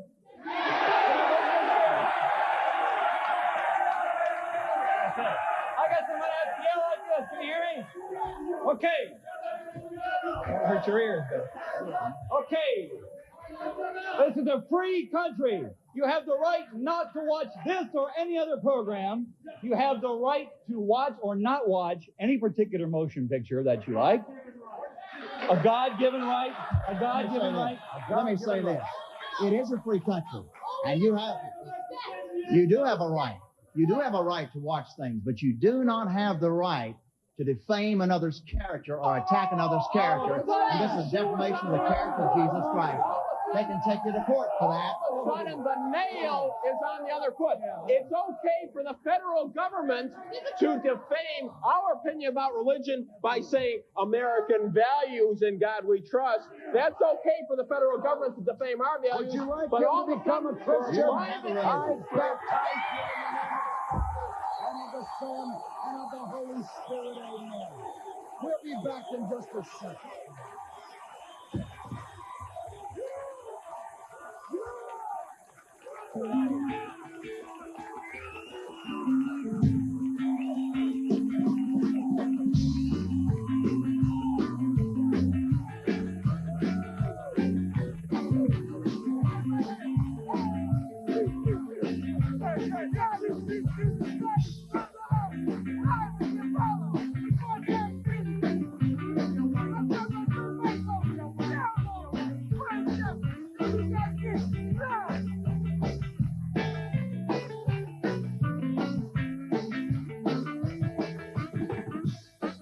Some of the guests of the Morton Downey Jr. Show stay at the Meadowlands Hilton Hotel.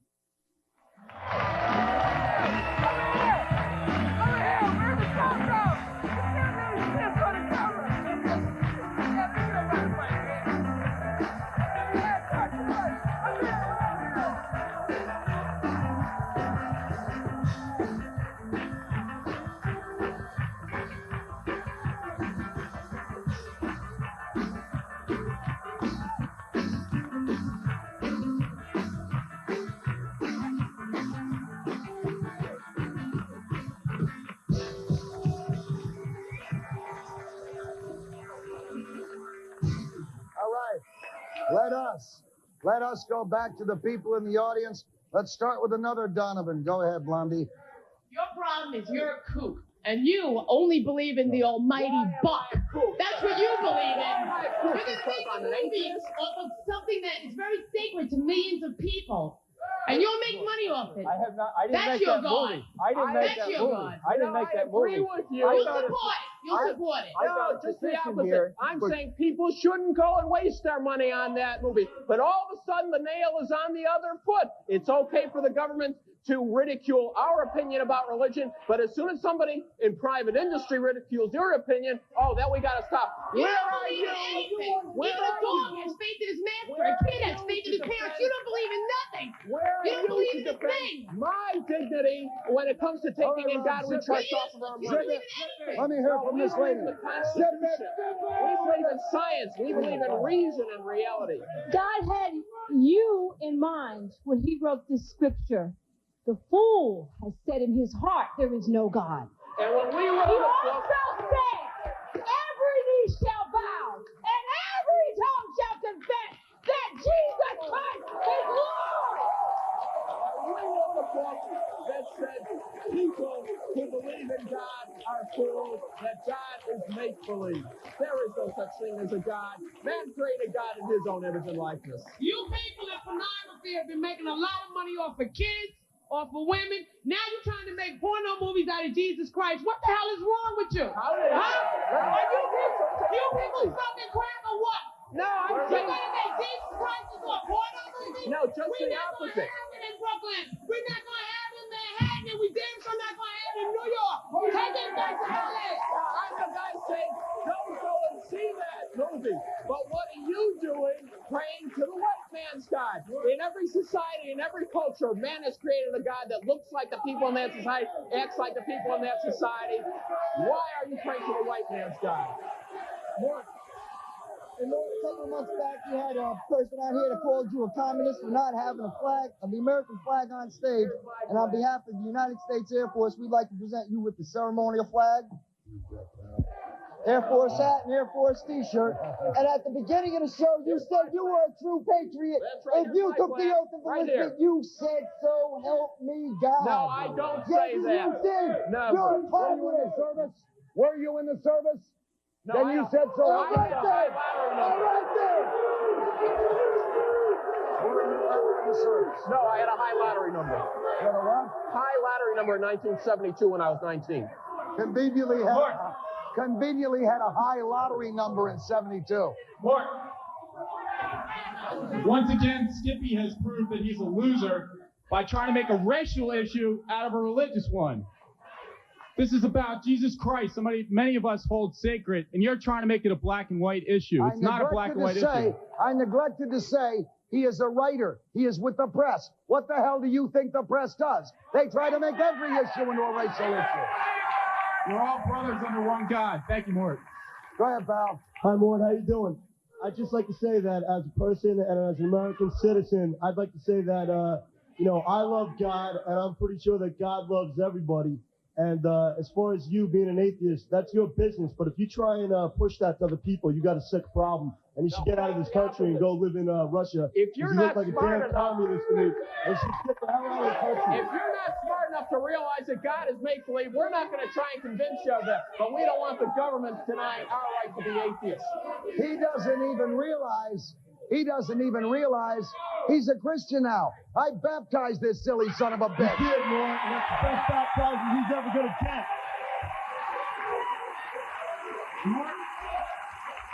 What I'm like to say is that as they come here sporting atheism, the only example they have of atheism is a socialistic country like Russia. The only reason why there is in America is because of Christianity.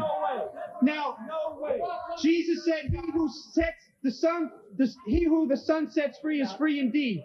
Now, there was no freedom until Jesus Christ came. All right? It was the Christians that helped slavery during the time of the Civil War. It wasn't atheists that helped the slaves. And there is no freedom outside of Jesus Christ today.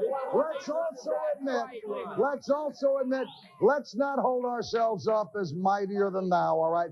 Let's also admit Christians have committed some pretty heinous crimes. Christians own slaves like everyone else did, all right? Okay, that's true. In the communist countries, they say no to drugs, especially the worst drug of them all, religion. In this country, we say no to drugs. Which is atheism. The worst drug in the world is the drug of religious delusion. Let me ask one question. I hear of the Christian Foundation to help children, to raise money, to feed people, to do all of these things, to help the starving, to help the homeless. What atheist group helps everyone? What charity do you have? American. What charity? It's called the Save Our Constitution. That's the charity. Do you help people? Do you help the homeless? We sure do. You help? You give them money? Yeah, fully. All right, in the beginning of the show, I heard him say when he dies and goes to heaven, he'll be happy. How the hell are you going to go to heaven if there's no God? God created heaven and earth, okay? Furthermore, we have starvation all on the earth, all over the world, okay? How many atheists, how many donations do atheists have?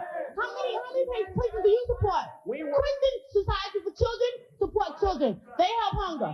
Christian Society for starving, for the homeless, they support that. All that's Christian, all that's God. What do you support? I'll tell you exactly what I support. For 10 years, I've been a volunteer with the American Red Cross, going out at 3 in the morning to help the homeless, to get a roof over their head, to get food to him. American atheists throughout this country have been working with non-sectarian organizations to help people who are homeless, to help people who are poor, to help people who are hungry. We'll be right back. Stay with us.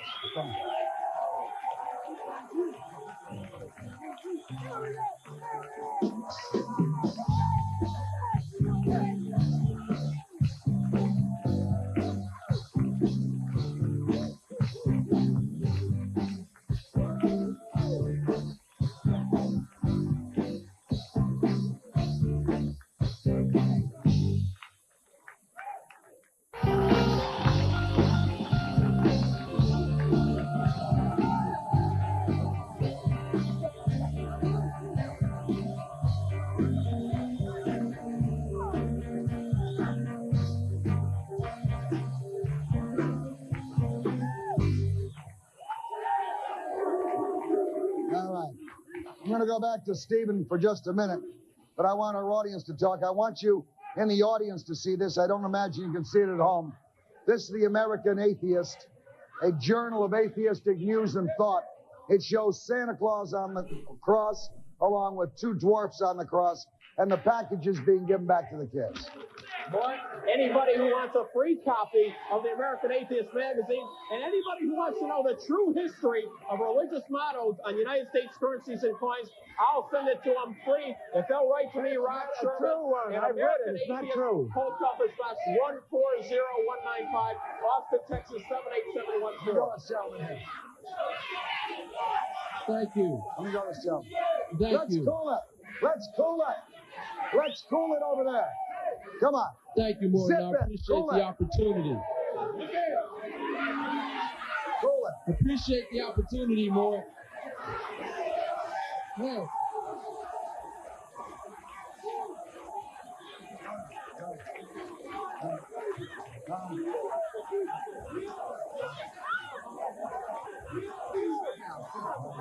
Don't let more.